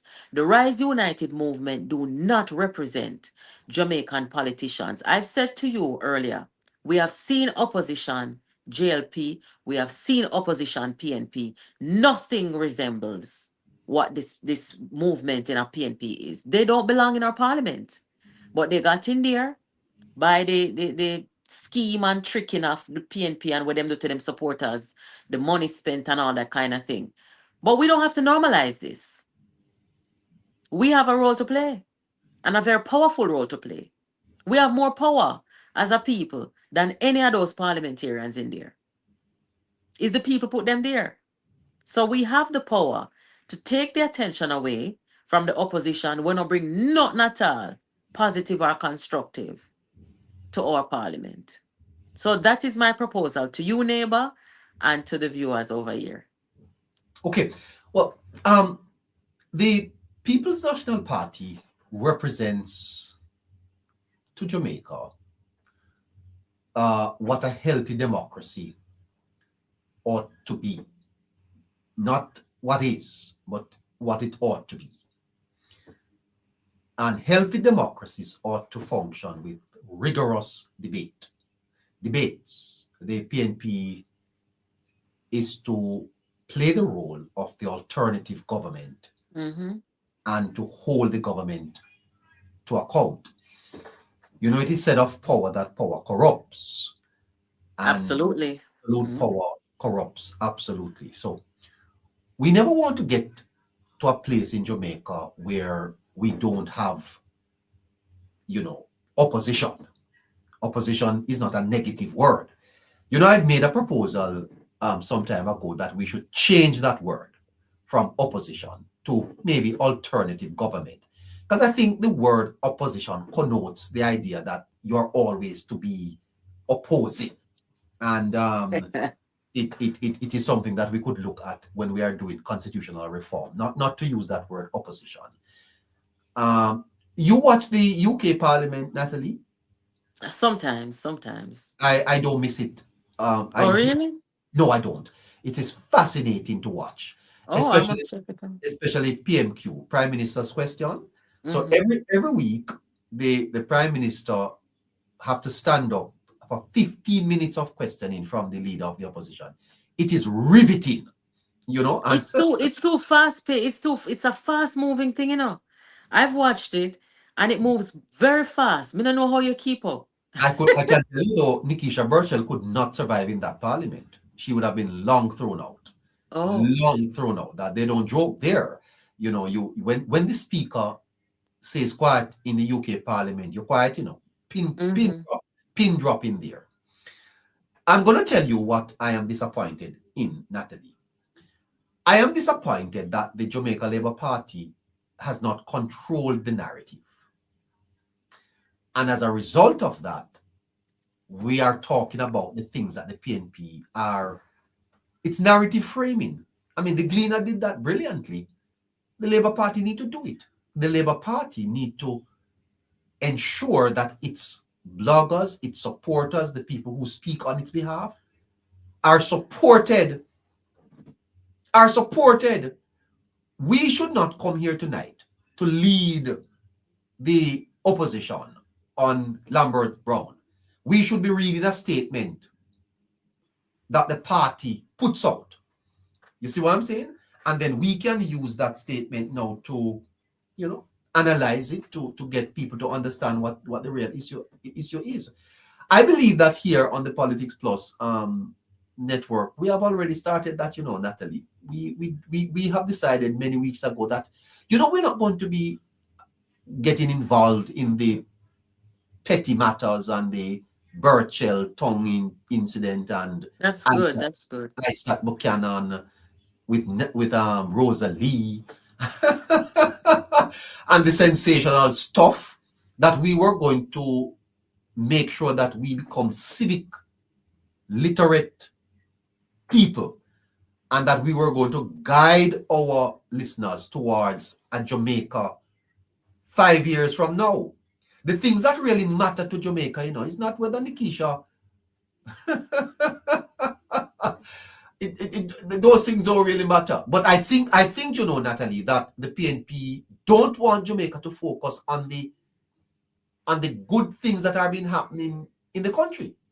And I made a point some time ago that if Jamaica was not a country where we get involved in propaganda and all of them something there, probably the Labour Party would have more than 40, 50 seats in Parliament. But we spend a lot of time thinking and talking about the things that don't matter. And the government's performance is being left off the headlines. And that's a pity. But they also have to take some responsibility of making sure that they keep in the public's view the things that really matter. The priority. The Prime Minister is in Suriname and went to Guyana today. I don't hear that. I don't hear that being discussed. That's because they have no press secretary. They have no press secretary. And you think the president, you think the president of the United States could visit Jamaica? And ABC, NBC, CNN, Fox, all the networks are not here on the island? You think the president of the United States could have a press conference with our prime minister and it is not carried live on CNN and Fox and ABC and NBC? Our prime minister had a press conference in Guyana and we don't know about it. We don't hear what the prime minister said. Nobody knows. That's so true. Why is it not broadcast? Why is it that I think it came on GIS, but who's watching GIS really? But it is something that needs to be looked at, Natalie. Neighbor, I think the JLP, after they won the election, they have deprioritized communication, and it is detrimental. They cannot deprioritize communication because since the election, I don't know if you've noticed it, but the disinformation has gotten worse. The disrespect, the misinformation, all that kind of thing. Right now, the PNP, the supporters, activists, whatever you want to call them, they're out there protesting every week, right?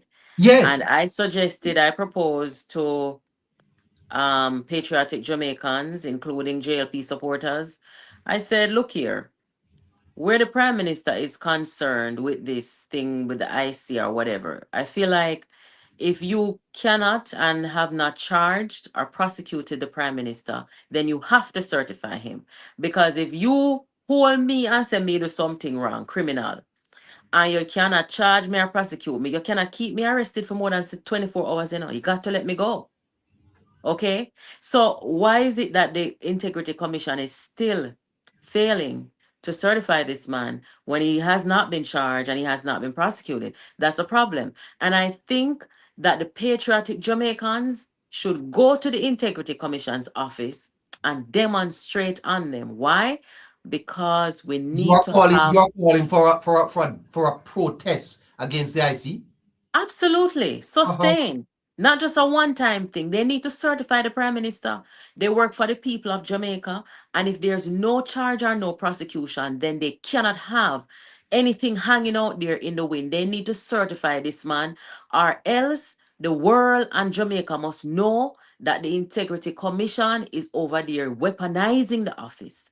So that we don't have a situation in Jamaica where the US or any country can draw out for a leader Because you have an integrity body that is trying to frame the prime minister for something they have no evidence of and cannot charge him and prosecute him with.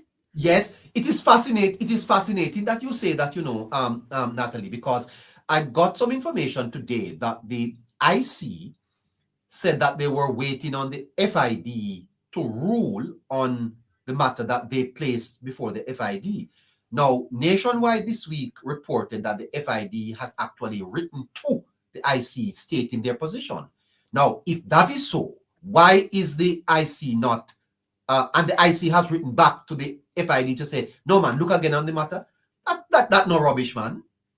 Okay, well, listen to the language used. You say that the IC asked the FID to rule on it. Ruling on something doesn't stop at responding to a letter from the IC. If the FID is going to rule on something, they rule on it before the public, meaning that they put out a statement saying that, we have nothing to prosecute this man for, or something, or we have something to prosecute him for. So they need to either prosecute or do not prosecute and certify the man. Because this thing hanging out there that the Jamaican Prime Minister cannot be certified, and this is what they campaign on. If they lost on it, but they're still campaigning, this is ridiculous to me. And I think Are you going to lead the protests, Natalie? Or you're not in Jamaica? I'm not in Jamaica. I will be in Jamaica soon, but on different thing for a short time. I am saying this to the activists because people asking me to create a petition. But I think that this is bigger than a petition. I think this needs boots on the ground. This needs a confrontation, not a violent, a non-violent confrontation with the Integrity Commission. Let them pass the protesters them and them do away, demanding that they certify the Prime Minister or charge him and prosecute him. They haven't been able to do that, so they need to certify him. And if they're not going to certify him, then them need to shut down up there because they're not doing their job. Yes. They work for the people, they're not just some little office where them can just do what they want, and them is not the highest court of the land. And if the highest court of the land has not charged or prosecuted the Prime Minister, then the Integrity Commission must certify him. Very simple. So with the FID, and the FID to forget protest on them too. How? Because if they are supposed to rule on something and they have just been writing letter in a silence to the IC, No, but make no they have responded. They have responded by making their position known to the IC. So why didn't we know about that? Why is it that Nationwide have to come tell we that? We don't want you not from Nationwide. We want to hear from the FID directly. They work for us too. Nationwide don't work for we. Well, you understand? No, man, but it is the Integrity Commission that is responsible to do the certifying, not the FID. I know that, neighbor. Is asked to do something. The FID say we do it, and we don't see anything here, so we are asking you now to. This is our position. So it's not for the IC to say, okay, since the FID no find nothing, here we go, let's certify. This has been going on for too long. But Natalie, do you sense that the people of Jamaica are interested in this matter too much? Do you think that people are taking any interest in it? Well, so I know that it's the IC who is supposed to go ahead and do the certification. However, if the FID is called to rule on something, they need to rule on it in front of the Jamaican people so that we're aware of it. So we don't have to wait 2 years, 3 years later for Nationwide to come break that story. They were supposed to know from the beginning when it happened, said the FID ruled on it. The question you asked now about whether the Jamaican people are taking interest in this, okay? It's not just the Jamaican people who are looking on. We have international allies that we must interact with, that we do business with, that we trade with, that we, are talking to. And these things, this is important. This is not just a local, national thing. This was published in the Guardian newspaper a couple of years ago when they tried to prosecute the Prime Minister. And at the Guardian newspaper, I saw it in first, where they said that the Prime Minister of Jamaica was not prosecuted. And that's what I see it first. So the Prime Minister of Jamaica, whoever that Prime Minister is, you cannot have these things floating out there, even though the Jamaican people them re-elected him by majority and all these things. You have people outside looking in. You have an image and a reputation of a Yes. prime minister and a country. Not just Prime Minister Andrew Holness's reputation and image, but because of him, Jamaica is under scrutiny as well, right? So you have to have the IC either certify the man or make him prosecute. He cannot prosecute, so he need to certify now. That's all I'm saying. And the people who I imagine would go stage a protest on them would be the activists, the average Jamaicans, people who just believe in what is right and what is fair. What the IC is doing is weaponizing that office, and they need to stop, because who is going to be next? It could be your opposition next, but it could be somebody who you support tomorrow. Okay? So the Jamaican people must participate. They need Karen Cross and Michelle Stern demonstrated on the Integrity Commission weeks before the election. And that's why I say, see, when it comes down to them, some the women are some brave people, you know. No offense, neighbor, as a male. But I tell you, say, a lot Well, of yes. a lot of times when rising up for go on, and Okay. when revolution for start, a lot of time are women they behind them revolution there, you know. My God. So if Karen Cross and Michelle Stern and Liz could have gone to the IC's office, and of course the mainstream media didn't pick it up, but they had their cameras out there, they had their phones, and they recorded and everything.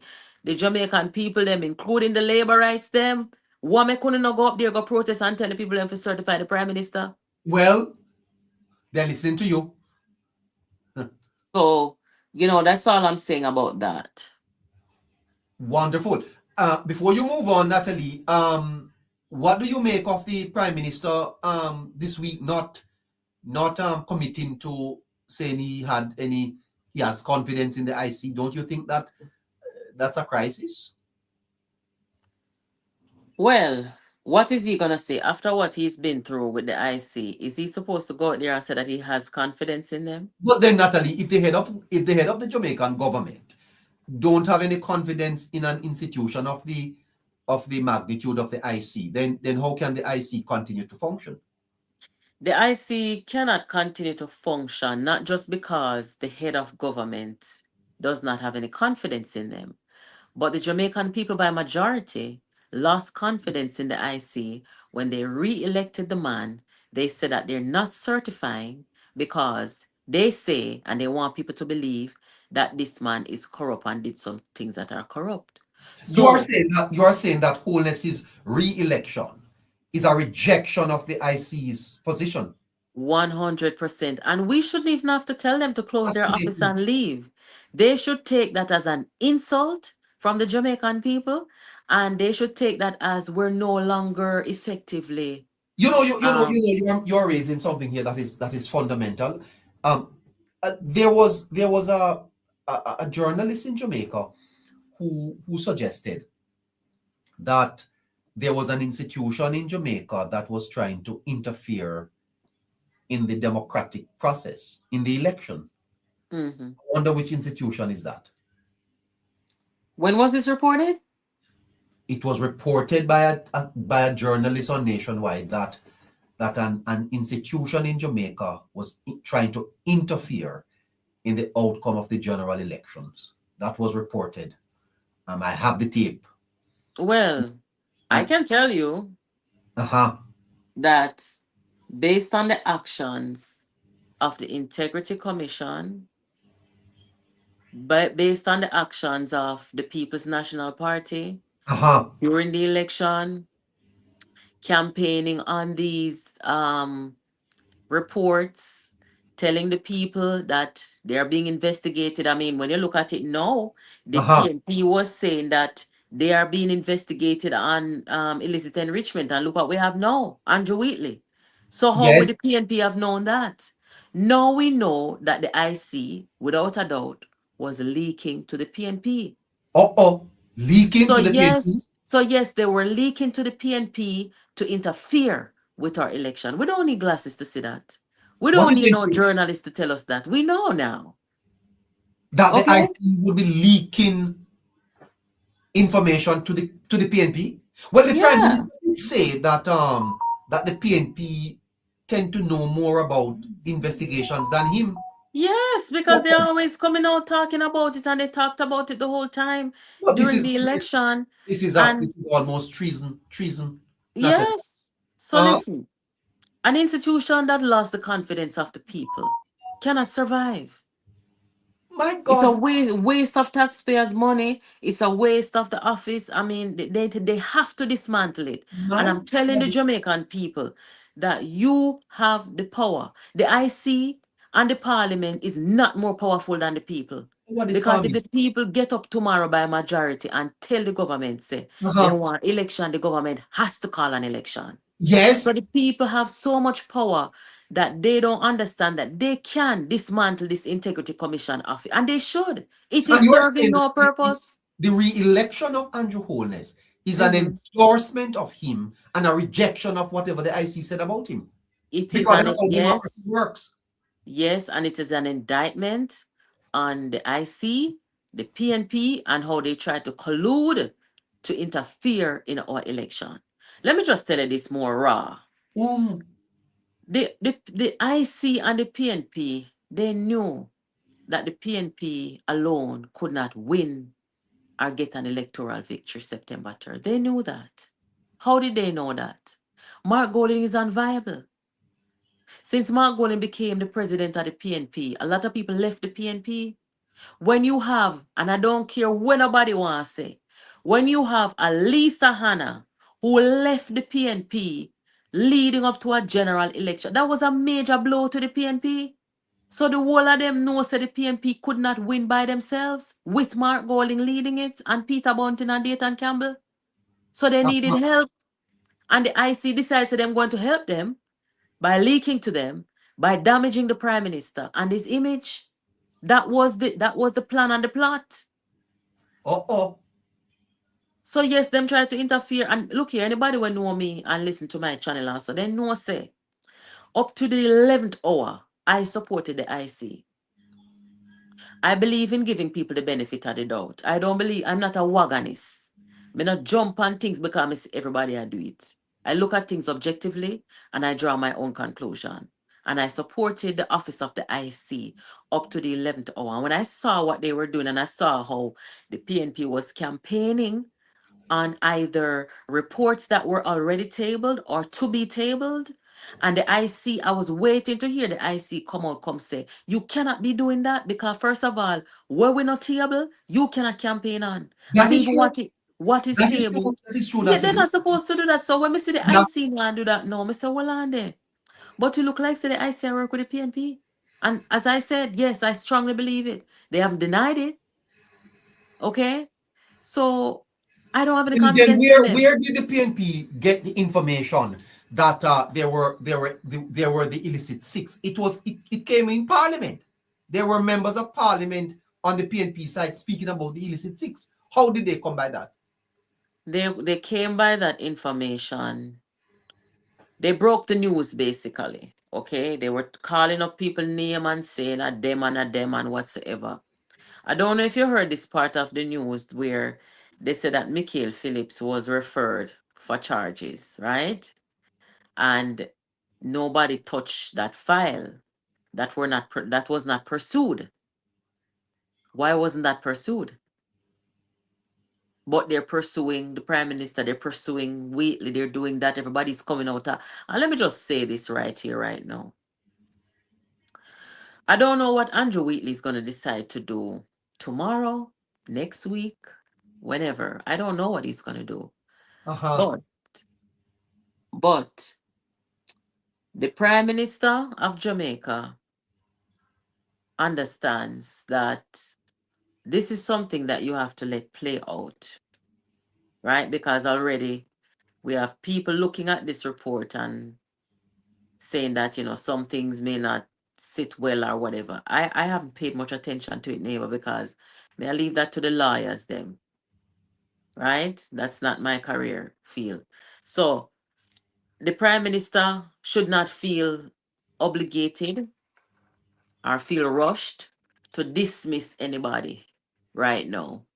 If a man in your cabinet is charged, even with the private sector organization, the church, Yeah. civil society groups, and the Yeah. opposition coming out to say he must allow Wheatley to step aside? Are you saying that even with that, the Prime Minister is to not act? I am saying that because if the Prime Minister acts prematurely, then he's going to open up the door for people to call him a hypocrite. Because they're going to say, if you are going to get rid of to call who a hypocrite? the Prime Minister. Okay. Because if the Prime Minister is going to move to do anything before the time, then he's going to be questioned by the people to say, if you want to get rid of this man before he was even charged, why did you go on the ballot when you were in the same predicament? You understand me? No. What if Mr. Wheatley is charged? If he's charged as something different, then that becomes a distraction. Even though, neighbor, even though that is not guilt. Even though it's not guilt, number one, and even though we have an integrity body that we are not confident in because of the way they conducted themselves, right? The thing about it is, once somebody is charged, not that it's guilt, but it kind of becomes a distraction, to be honest. So you kind of have to do what you have to do. And the Prime Minister shouldn't have to do anything. If Wheatley is charged, then Wheatley should know that, look here, it reached a point now where I need to just move aside and let the government do what they're doing. And I and my lawyers, we do what we are doing. Okay? But Natalee, and I know time is going. Cliff Hughes earlier this week said 50% of Jamaicans have no confidence in the IC. Mr. Warmington came out to say Jamaicans don't trust them. The Prime Minister himself is saying, I really don't have no confidence with them. I am paraphrasing. Well, the Prime Minister said they need reform, neighbor. That's what he said. They need reform. Yeah. How is it that we are to expect people to proceed to resign on the recommendation of a body that have so little respect and regard? Well, it doesn't sit well with me either. But the truth of the matter is, we're talking about politics. Okay, we're talking about a government that needs to function. You just admitted earlier that the people of Jamaica re-elected Holness despite whatever the IC was saying. Yes, I did. And I think earlier, so maybe the people of Jamaica have seen through all of this. Well, Holness was not charged. I think if an election were called in Jamaica today, Holness would win again.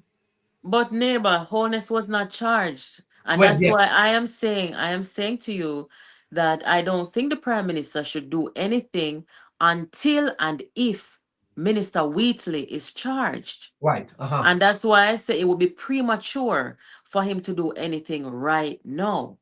If Wheatley is charged now, then can have a conversation. It changes, it changes the whole thing.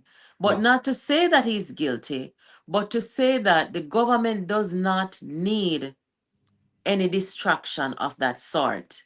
Now, let me say this. When you have a 2-time now this week, me say nationwide them, I come out every minute to talk about this as somebody I call for Wheatley, step down, this as somebody I call for Wheatley. Let me tell you something about some people in a Jamaica, west of them are mainstream media. When it comes down to people like Mark Golding, Matalan, and them people, they don't look like we. Okay, they're British descendants and all these things. Them are Jewish. Mark Golding is a Jew man. Matalan, them are Jew and so forth. When it comes down to them and their wealth, there's no scrutiny on them and their wealth. But when it comes down to Andrew Holness and Wheatley and those people who are black people like me and you, the scrutiny with them commander. I kind of a little brown man still, you know.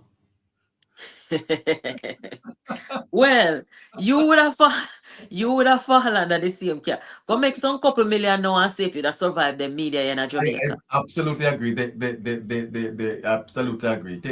You wouldn't survive them? Survive, of course. No, nobody is questioning. Remember, say Mark Golding family. His father and his mother never come to Jamaica with a whole heap of wealth. Him say so. Him never come to Jamaica with no whole heap of wealth, right? There's classism here, Natalie. There's classism. Yes. So I am not saying Classism. that if What about- somebody I raised this matter last night that you know, poor little black boys in Jamaica, if they ever buy one Beamer or one Crown, then the police don't stop them on road.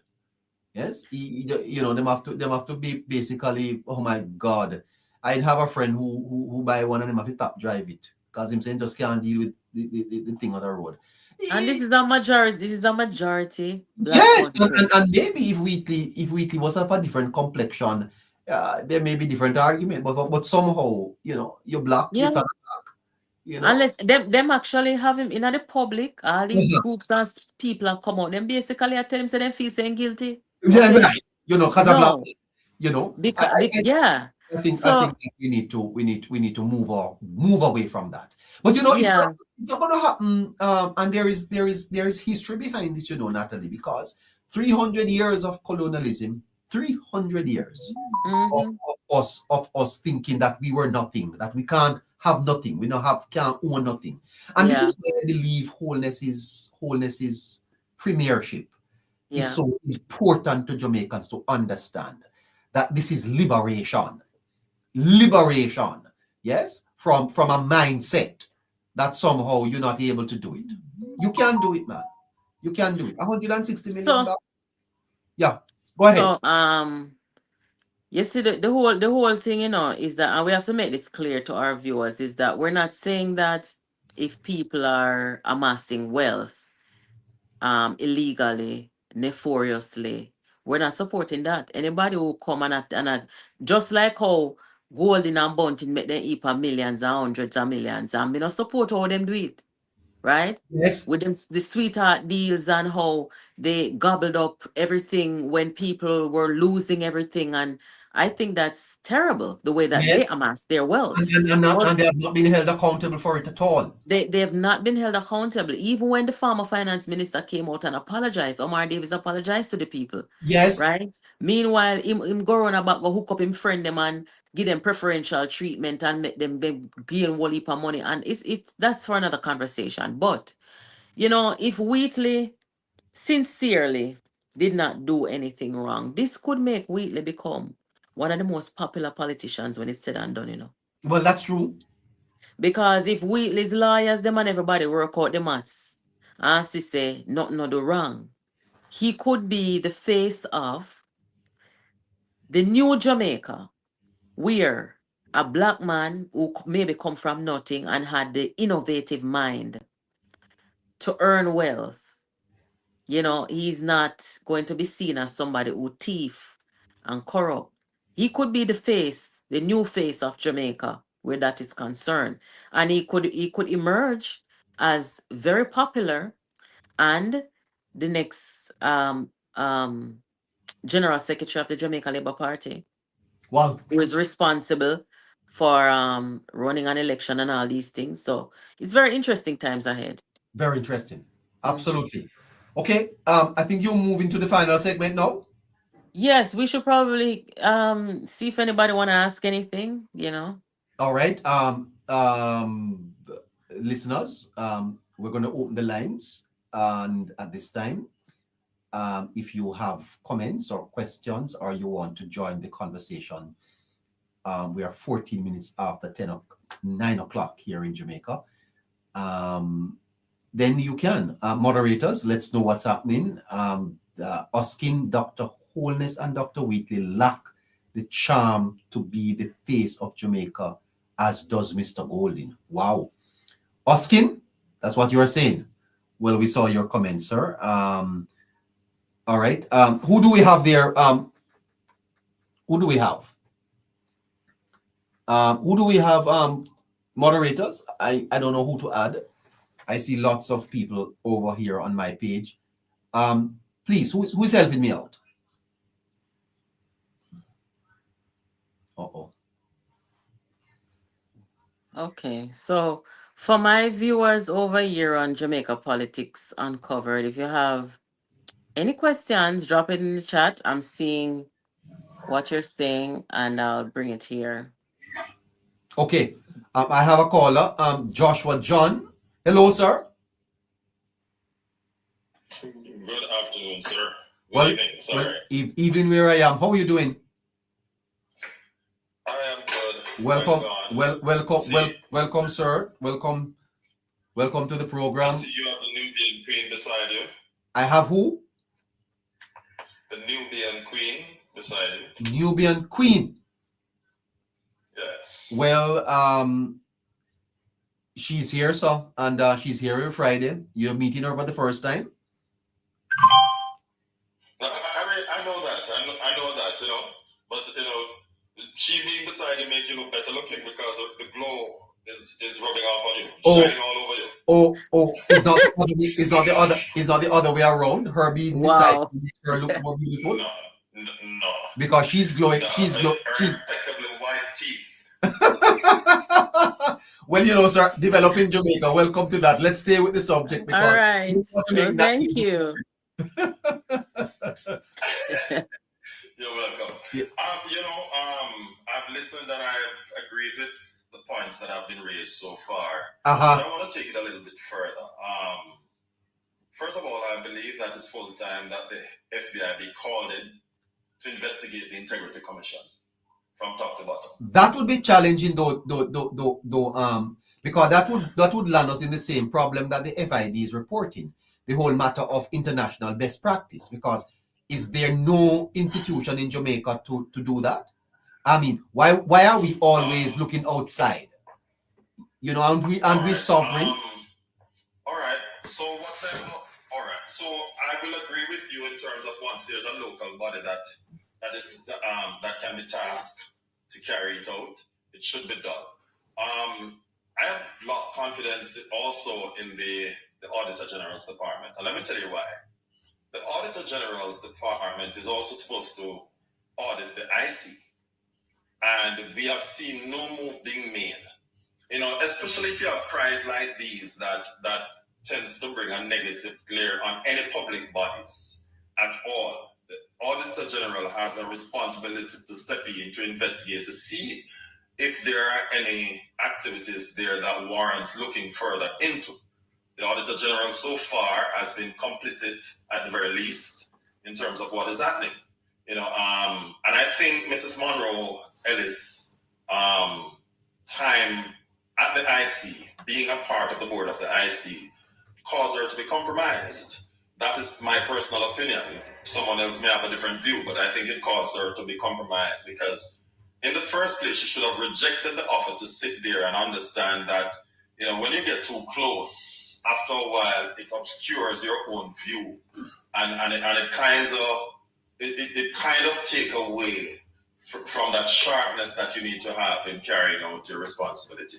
So I don't believe that the Auditor General is in a position they have not totally compromised themselves, but I think that it's full time that they pull back a bit and begin to decide, let me step in because this doesn't look good. And if I'm the Auditor General, then I need to reclaim some semblance of order and dignity as it relates to, especially as it relates to our leaders, right? And if I continue to sit by as an Auditor General, it doesn't look good on me and by extension, my career. So she has to think beyond, where her loyalty may lie politically and begin to look globally in terms of the restructuring and the rebuilding of her own resume and credibility, right? That's one. Two, this whole matter of the consistent targeting of the Prime Minister has now put the IC in crosshairs with the public, as was mentioned before. But it has taken further, whichever way it goes. If the Prime Minister is charged tomorrow, God forbid, right? The public will not believe. And I'm going to make a very controversial statement. I know the Prime Minister is not guilty. I've gone through the document. Many of us have gone through the document. But even if the Prime Minister was guilty, the public would no longer believe because of how the IC has approached it, right? And we want to find out, as part of the general public, Would it become a partisan? Would it become partisan? Or when you say the public, are you speaking about the Jamaica Labour Party versus the PNP supporters? That's part of it, but even the neutrals would have been most likely to be quite skeptical. Right? And part of the reason, and this is the next point that I was going to raise, why is it that you would have, first and foremost, circumvented the Financial Investigation Division and look outside of Jamaica? Is it because you were so sure that the Prime Minister was guilty and something was to be found? And having used an international forensic expert, as it were, and spent $30 million and have received a report, you choose to release all of the reports so far, but the findings of that international forensic expert you have kept private. What is the reason behind it? And where is the report? Right? And then next, having forwarded it to the IC and the FID, and their preliminary look into it, they say, hey, there's really nothing here to go further on. So now we have two investigative bodies. Okay. So you are accepting the nationwide news report to be factual. I'm accepting it as such, and even if they had not said that, my question would still remain. What happened to the $31 report, the $31 million report from the international forensic financial forensic experts? Well, I'm sure that the FID would have seen that report. Right, but even if they never existed, I would still have questions. Why is it such a well-guarded secret? Aha. Well, hold on there, Joshua. Hold on, don't move. Natalee is still here. Michael Brown. Yes, good evening. Good evening to you, sir. It's really a pleasure and an honor to be on this platform with you, Mr. Neighbour. And Natalee. Natalee, yes. It's really an honor. Well, thanks, sir. All right. I see this from a different angle. Well, this is not all angles, though, you know. Well, it's certainly not. No. Certainly not. If you look at it from the perspective of the success rate of the IC in terms of how many declarations have they looked into, they are very incompetent. Who is incompetent? The Integrity Commission. Oh, what is that rate? Can you help us? I don't have the exact figures, but I can tell you. Yes. It's a very, very, very, very low number. And they seem to be targeting one person. And so far, we have seen nothing at all that would have implicated that person. And we have seen where other people, they didn't even look at them at all. Let me ask a question. Let me ask a question just real quick. So we have seen the IC put things in the parliament where other people may not have responded about something, some question they had or whatever. Where illicit enrichment is concerned, though, this is kind of a new category of accusation, allegation, crime that they are bringing. How many times before Dr. Holness and Wheatley did we see the IC come and say illicit enrichment? Is it that is it that they're not as aggressive with other categories of allegations as they are with illicit enrichment? I'm trying very hard not to believe that they're actually pursuing specific people. I'm trying hard not to believe that, even though the evidence is so palpable that that's what they're doing. Because, they spent $30 million or somewhere in that ballpark for a forensic financial analyst to go through and didn't find anything. Who would be able to find it if that entity wasn't able to find it? Well, that's a very good point. Well, Right. the FID saying they can't find it either. Well, I don't know. I get the feeling there at this point in time, caller and neighbor. I get the feeling, and you can call me crazy, but I get the feeling that at this point in time, they're trying to frame the prime minister because they couldn't find anything. If they couldn't find anything and they don't want to let go the man's shirt, they must frame them. Want to frame him now. Maybe You know what I'm saying? But they want to have this cloud over him. Yeah. They just want to have this cloud over him. And that's where the politics comes in, eh? Yes, and I mean, they say when you point finger, you know, there's more that's pointing back at you. And I still hold the view that the Integrity Commission is incompetent. Show me one success story where they have brought a matter to conclusion where their mandate would have been carried out. Yeah, you remember the Bunting case, sir? Of course, I remember the Bunting case. And you remember the AIC had to issue an addendum. Exactly. And you know, sir, Exactly. it is a good thing that Mr. Bunting stood up and said, hey, not true. Not only that, but his leader stood by him. Yeah. All the way through, beginning to end, his leader stood by him. I think I heard Dr. Holness talking about some reform to make the IC, quote unquote, better. Yes. I believe the act that empowers the IC to do what they do should be reviewed, must be reviewed. Here why. When you have an allegation, Yes. that's what it is so far. Nothing has come to fruition. When you have an allegation, you should not put it out there.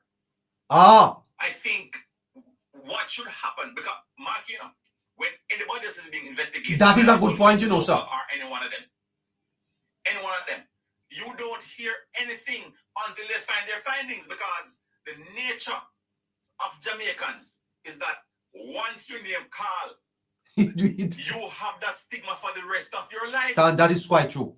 And that is unfair to other people. People's reputation, sir. In other words, even if Dr. Wheatley should defend himself in court and be clear, the stigma will remain.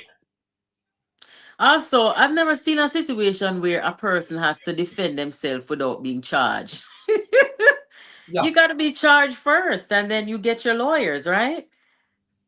I mean, and then the cost at which this comes, and at the end of it, if nothing comes of it, who is going to reimburse you for having to pay legal representatives? The time and the salary that you may lose when people are telling you that you need to step down. I mean, this is horrible. Horrible. So are you saying, Michael? Hold on, Joshua. Hold on, Joshua. Are you saying, Michael, that the report should go to the DPP first to proffer charges before it goes to Parliament? Shouldn't be released first. Before it goes to Parliament. Yes, I believe That's so. what I've been saying all week. Because, as Nat said, they have weaponized the process. They have weaponized the process. Because I have no doubt, you know, that they actually told the PNP that there is an illicit 6. Up to now, we cannot hear of one single person with that illicit 6. That even Mark Golding, which I think he was lying when he said he inquired of all his colleagues, and everybody said they are not being investigated. But at the same time, when a person is being investigated, you don't know. He could have said that. Yes, sir. His side clear, right? Because they would know. But the 6 is over on the JLP side. I mean, that officer has to shut down, man. The Jamaican people them have to dismantle it, because what it's doing is more damage to people than anything else. I mean, how do you feel about entering politics when you have a process that is like that? Yeah, when I choose somebody to represent me, as in Dr. Wheatley, and then you are going to demonize this person like that and want to prevent them from representing me on a false premise, it's unkind, man. It's unconscionable. Well, what about his lawyers? Do you think that his lawyers should come out and have a little press conference to say to the people who are calling for him to step down before he's even charged? I think his lawyers should be speaking. I don't think the lawyer have a stake there. I don't. Well, they should be saying to the public, you are basically calling my client guilty, because that's what when they're coming to tell a man step down and him don't charge for nothing. What you're saying is that the man look like him guilty, and that's wrong. You know what I mean? Yeah, I think scruples should guide that. Yeah. All right. You don't do that.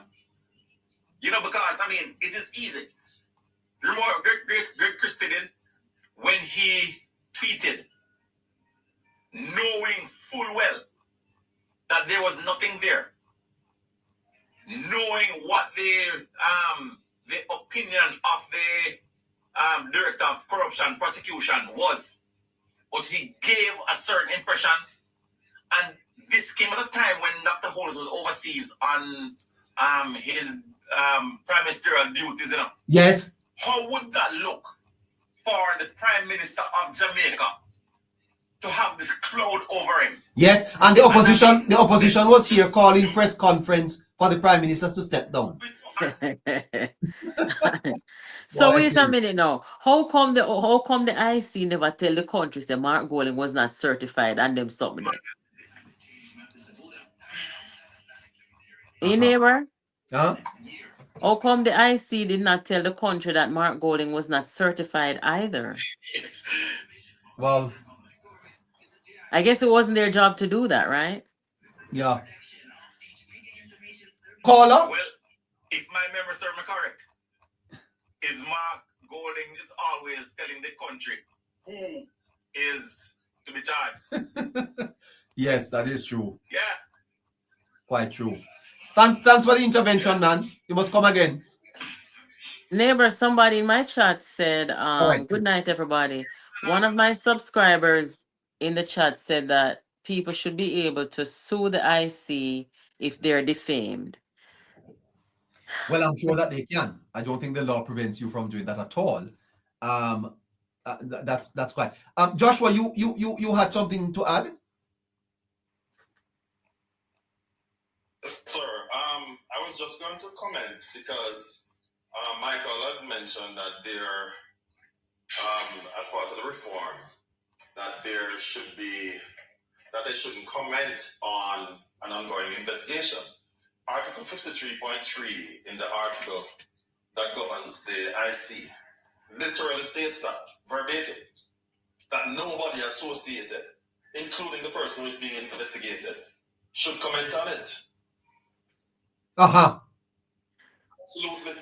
So no one who is associated with it, whether the person being investigated, whether the investigator, even those who probably even do paperwork, nobody at all should be commenting on it. In other words, the public should not be aware of it. So when Mark Golding came out and he was asking for the Prime Minister to comment on a matter, he was asking the Prime Minister to break the law, and by extension, Mark Golding was doing something that was unlawful. And it begs the question, how did he come by the information? Being a lawyer, Mark Golding, above all, because he bragged publicly that he was the one that wrote the IC rules. So he, having known that, why was he being unlawful in his comments? Yeah. Very good. Interesting. Very good, Joshua.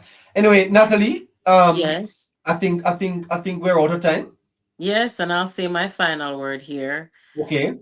My fellow Jamaicans, politics should ultimately be about improving the lives of people and improve our country.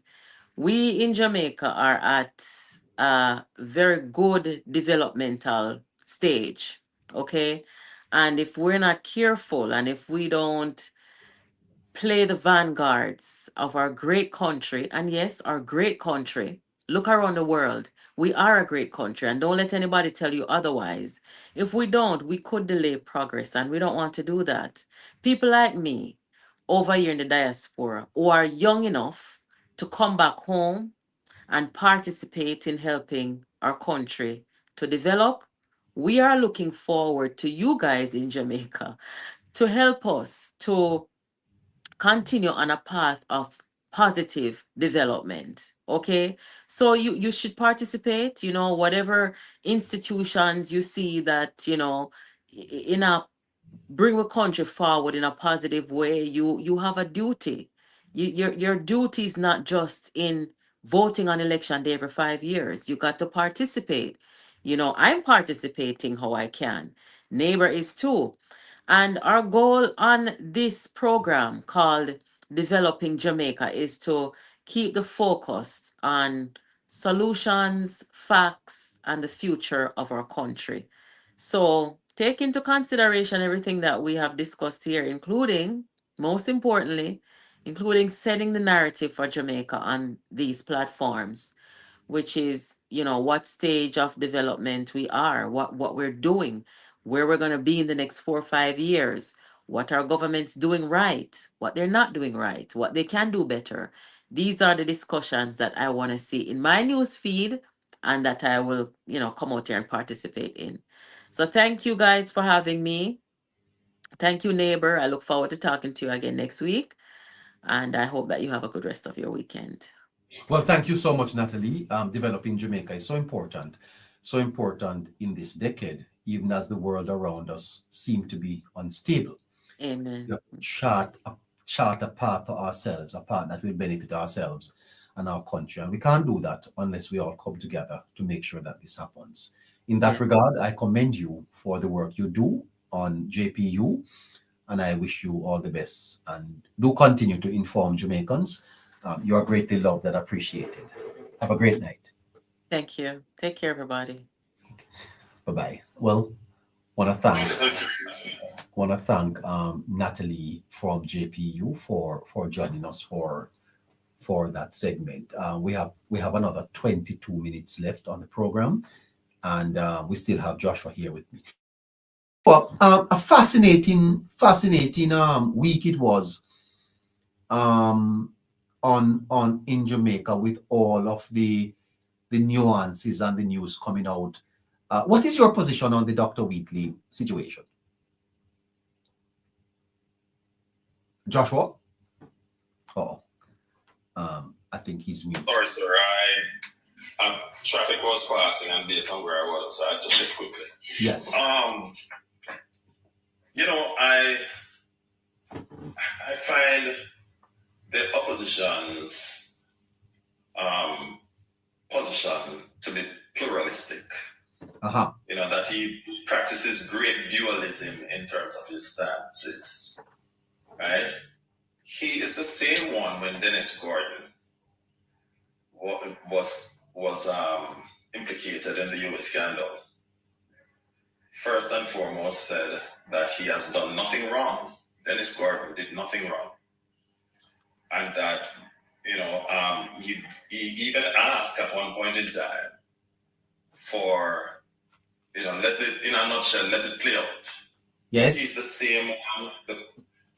It is people on his side when Jordan Silvera was being tried, asked us not to comment because it was still in the courts.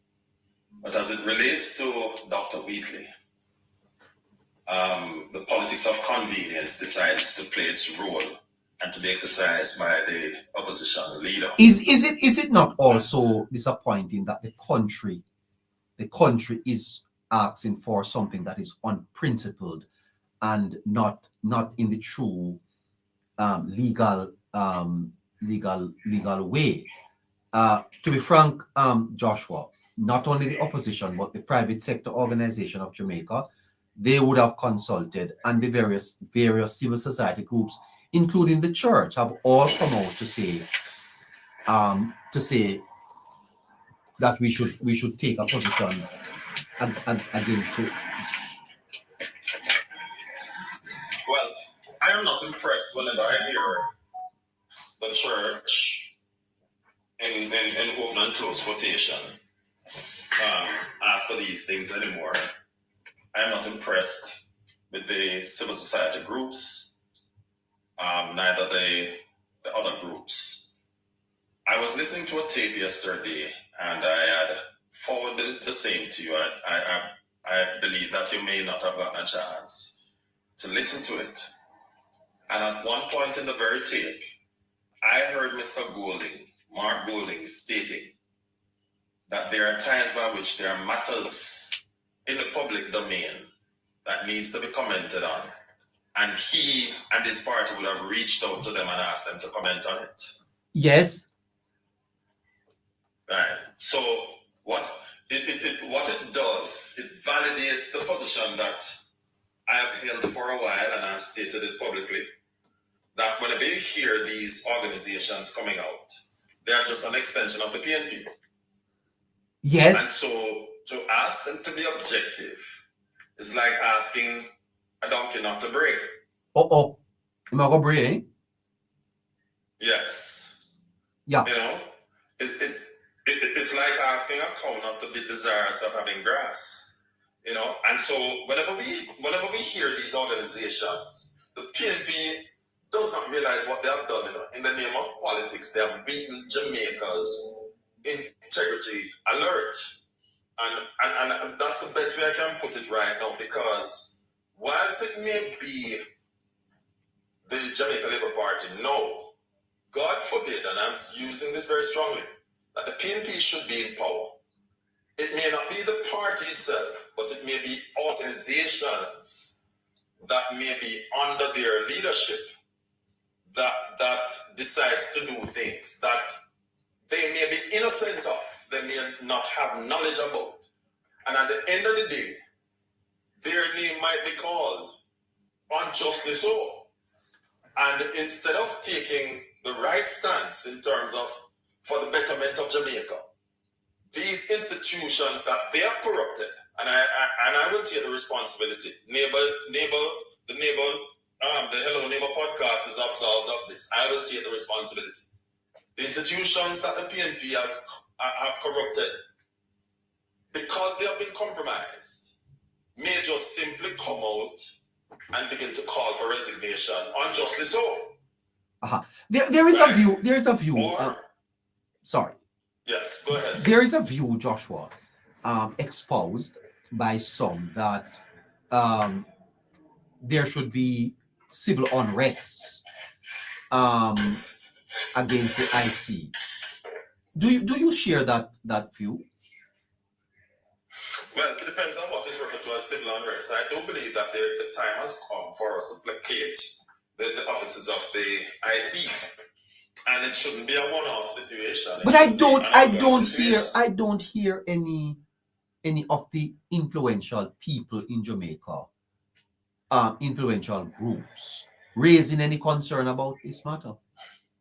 They will not. Remember again, as I stated a few minutes ago, that they have been corrupted by the People's National Party. If the IC is doing the bidding of their slave master, then certainly they don't want to go against their slave master and ask for an arm of their slave master's party to be placated. Well then Jamaica's tribal divide is worse than I thought.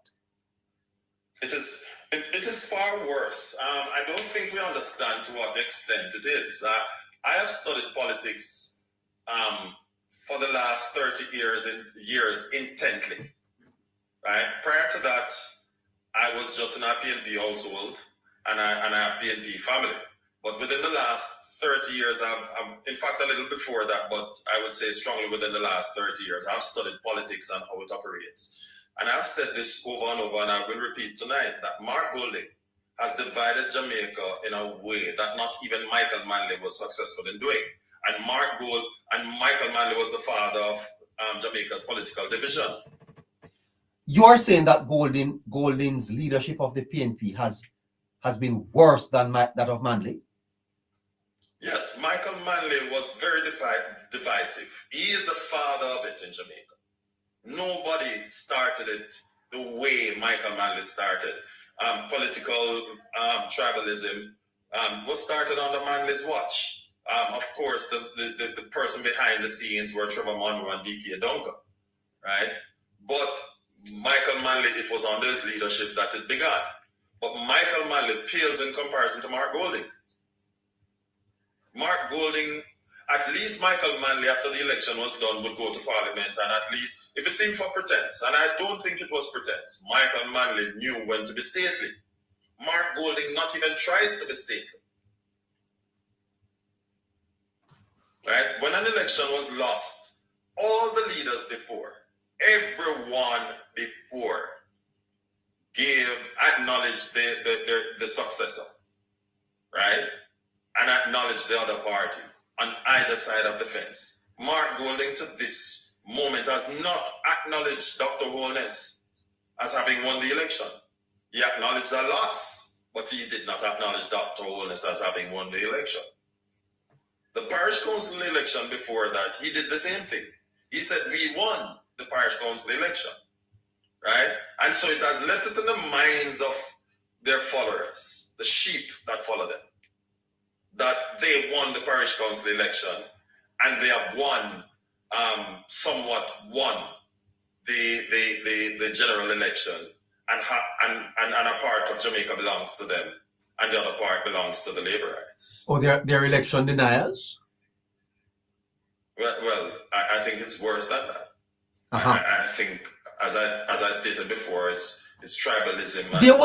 There was a time, Joshua, when things were feeling a little different in Jamaica, the politics, the divide, even Patriotism helped with that, the politics of divide, the way with the hostile nature of the politics had kind of calmed down.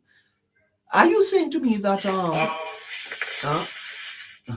yes, sorry, I asked the question and I want to respond to something about Patriotism. Yeah, I was saying that coming out of the 70s, the ideological divide, we went into the 1980 election. It was a bloody election. But after that, we were able to come together as a nation, less political tribalism, in terms of how we practice the politics.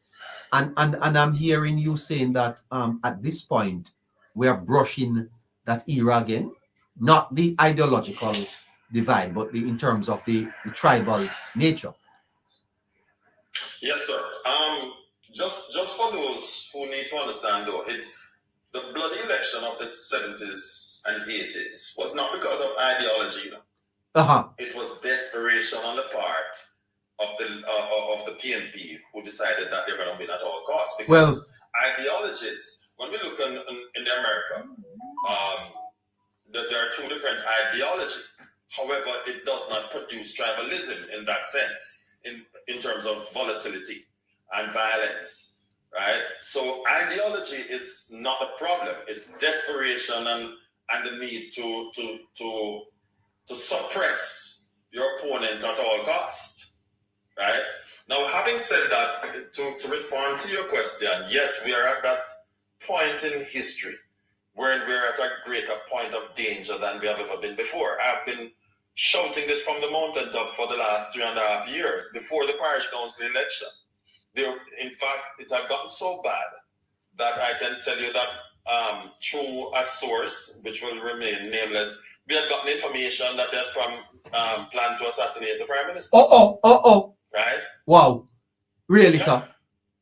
And I made sure that I reached out to the powers that be and informed them of the plot that came to my ears. What are you saying to me?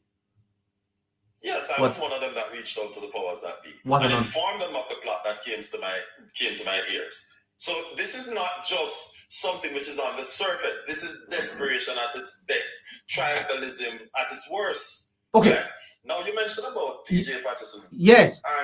And we must give him some credit, but it would be incorrect to say that he was the father of it. It was. Well, I never said the father. No. I'm not saying you did. But for those who don't understand the historicity of the conversation, it is for them, not for you. I know you're a man who is well read and have great understanding in these matters. Well, I don't know about that. Right? I know you well enough, sir. I know you're an avid reader, right? You're one of the few persons I would submit myself to when it comes to, academic. Oh my God. Yes. I don't know. I don't know about that, sir. And I'm serious about it. I've known you, 16 going 17 years. Is that so? Right? Yes. Yeah. Right. So, but the whole idea of the coming together to break the back of the political violence actually was initiated by Edward Seaga when he came up with the EOJ, Electoral Commission of Jamaica, Electoral Office of Jamaica, something. I don't remember ECJ, Electoral Commission of Jamaica, right?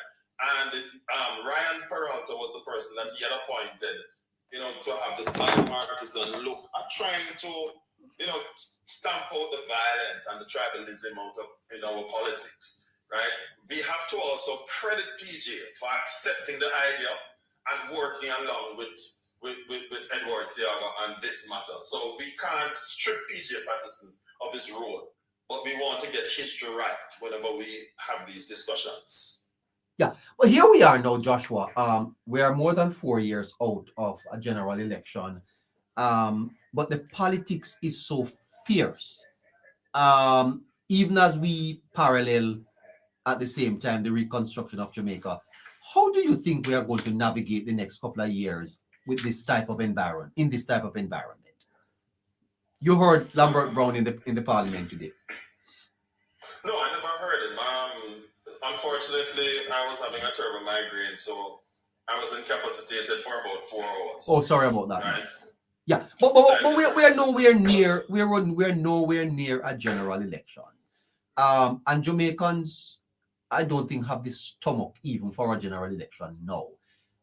The government is in its first year. It's barely the policies of the government would just be rolling out in this first year. But the politics is almost like we are in full campaign mode, Joshua. What we campaign never stopped for the PNP. In fact, on the night of the election, and I've said this several times both here and elsewhere, on the night of the election, Mark Golding stated that our campaign, not Mark Golding,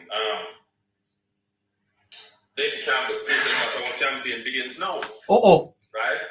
And I told Labourites that very night, even before Dayton said it, once it was confirmed that the PNP lost, I told Labourites, and I have a few witnesses, that our trouble just began. They asked me why. I said twofold. The PNP lost, and two, they have more persons in parliament now, so we can expect trouble. Right? And persons were saying, no. I said, I know politics enough, and I know the PNP enough. They're going to be...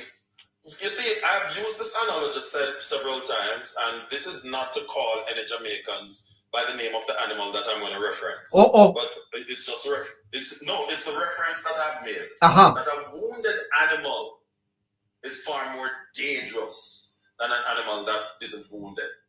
And in war, a wounded soldier is far more dangerous than a soldier who is not wounded, because that wounded soldier no longer abide by the conventions of war that governs war. What that soldier is more concerned about is survival. The conventions that governs it, they don't care about it anymore. They are concerned about survival, and so they're going to break every possible rules that exist in order to survive. The PNP is that wounded animal and that wounded soldier. That is why the PNP is breaking every possible rule, including breaching the very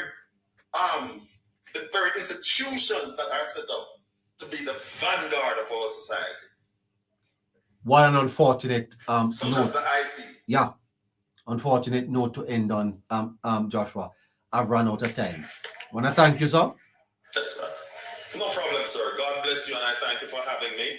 And greetings to all of your listeners. By the way, Joshua. By the way, yes, something good is happening to you? You sound so well rested, so refined, so upbeat. What's happening, man? I am trying to make some strides in another direction, which I'll fill you in on some more. Where I'm not quite there yet, but I am more hopeful than I was before. Well, you sound like a man. You sound like a man who has met a new damsel, or you have won some money, or you get a new. What happened? Something is happening to you, man. Neither of the three, but I wouldn't reject any of the three.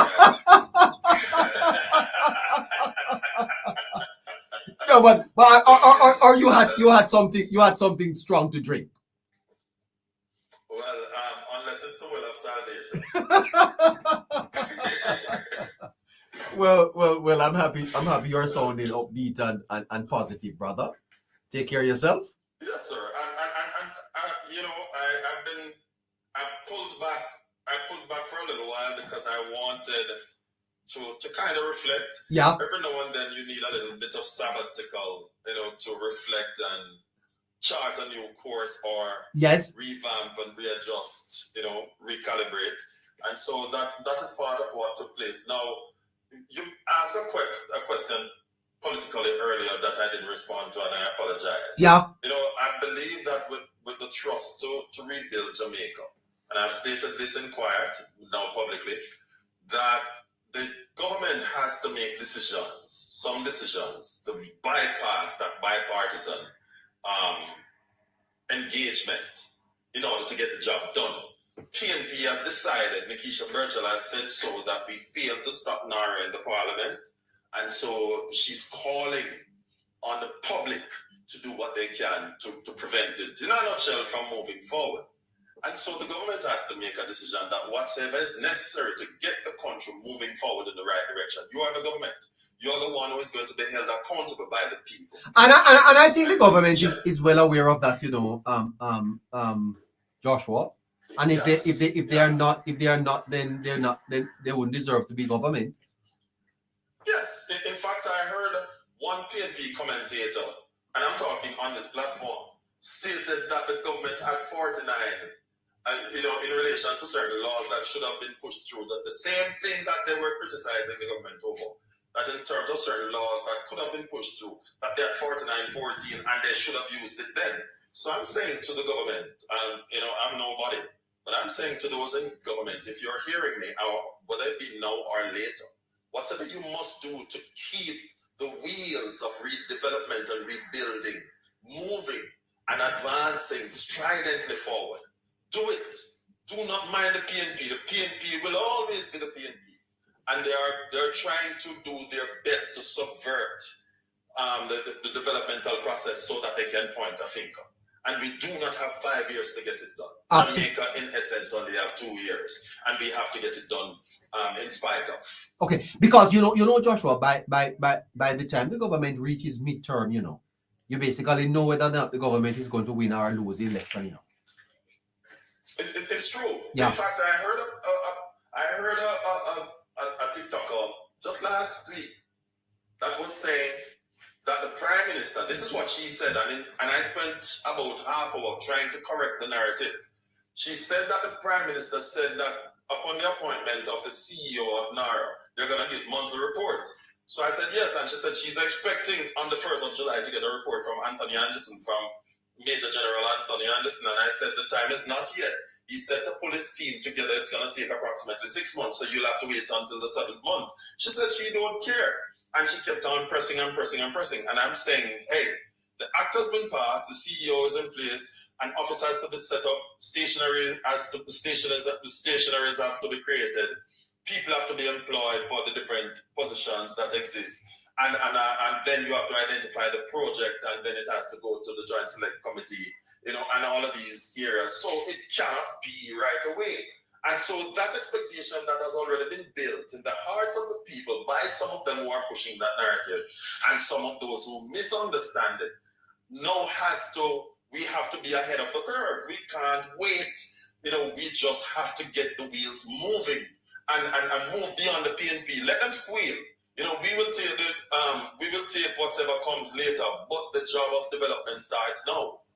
Absolutely. Take care of yourself. Catch you tomorrow. Thank you, God willing, sir. All right.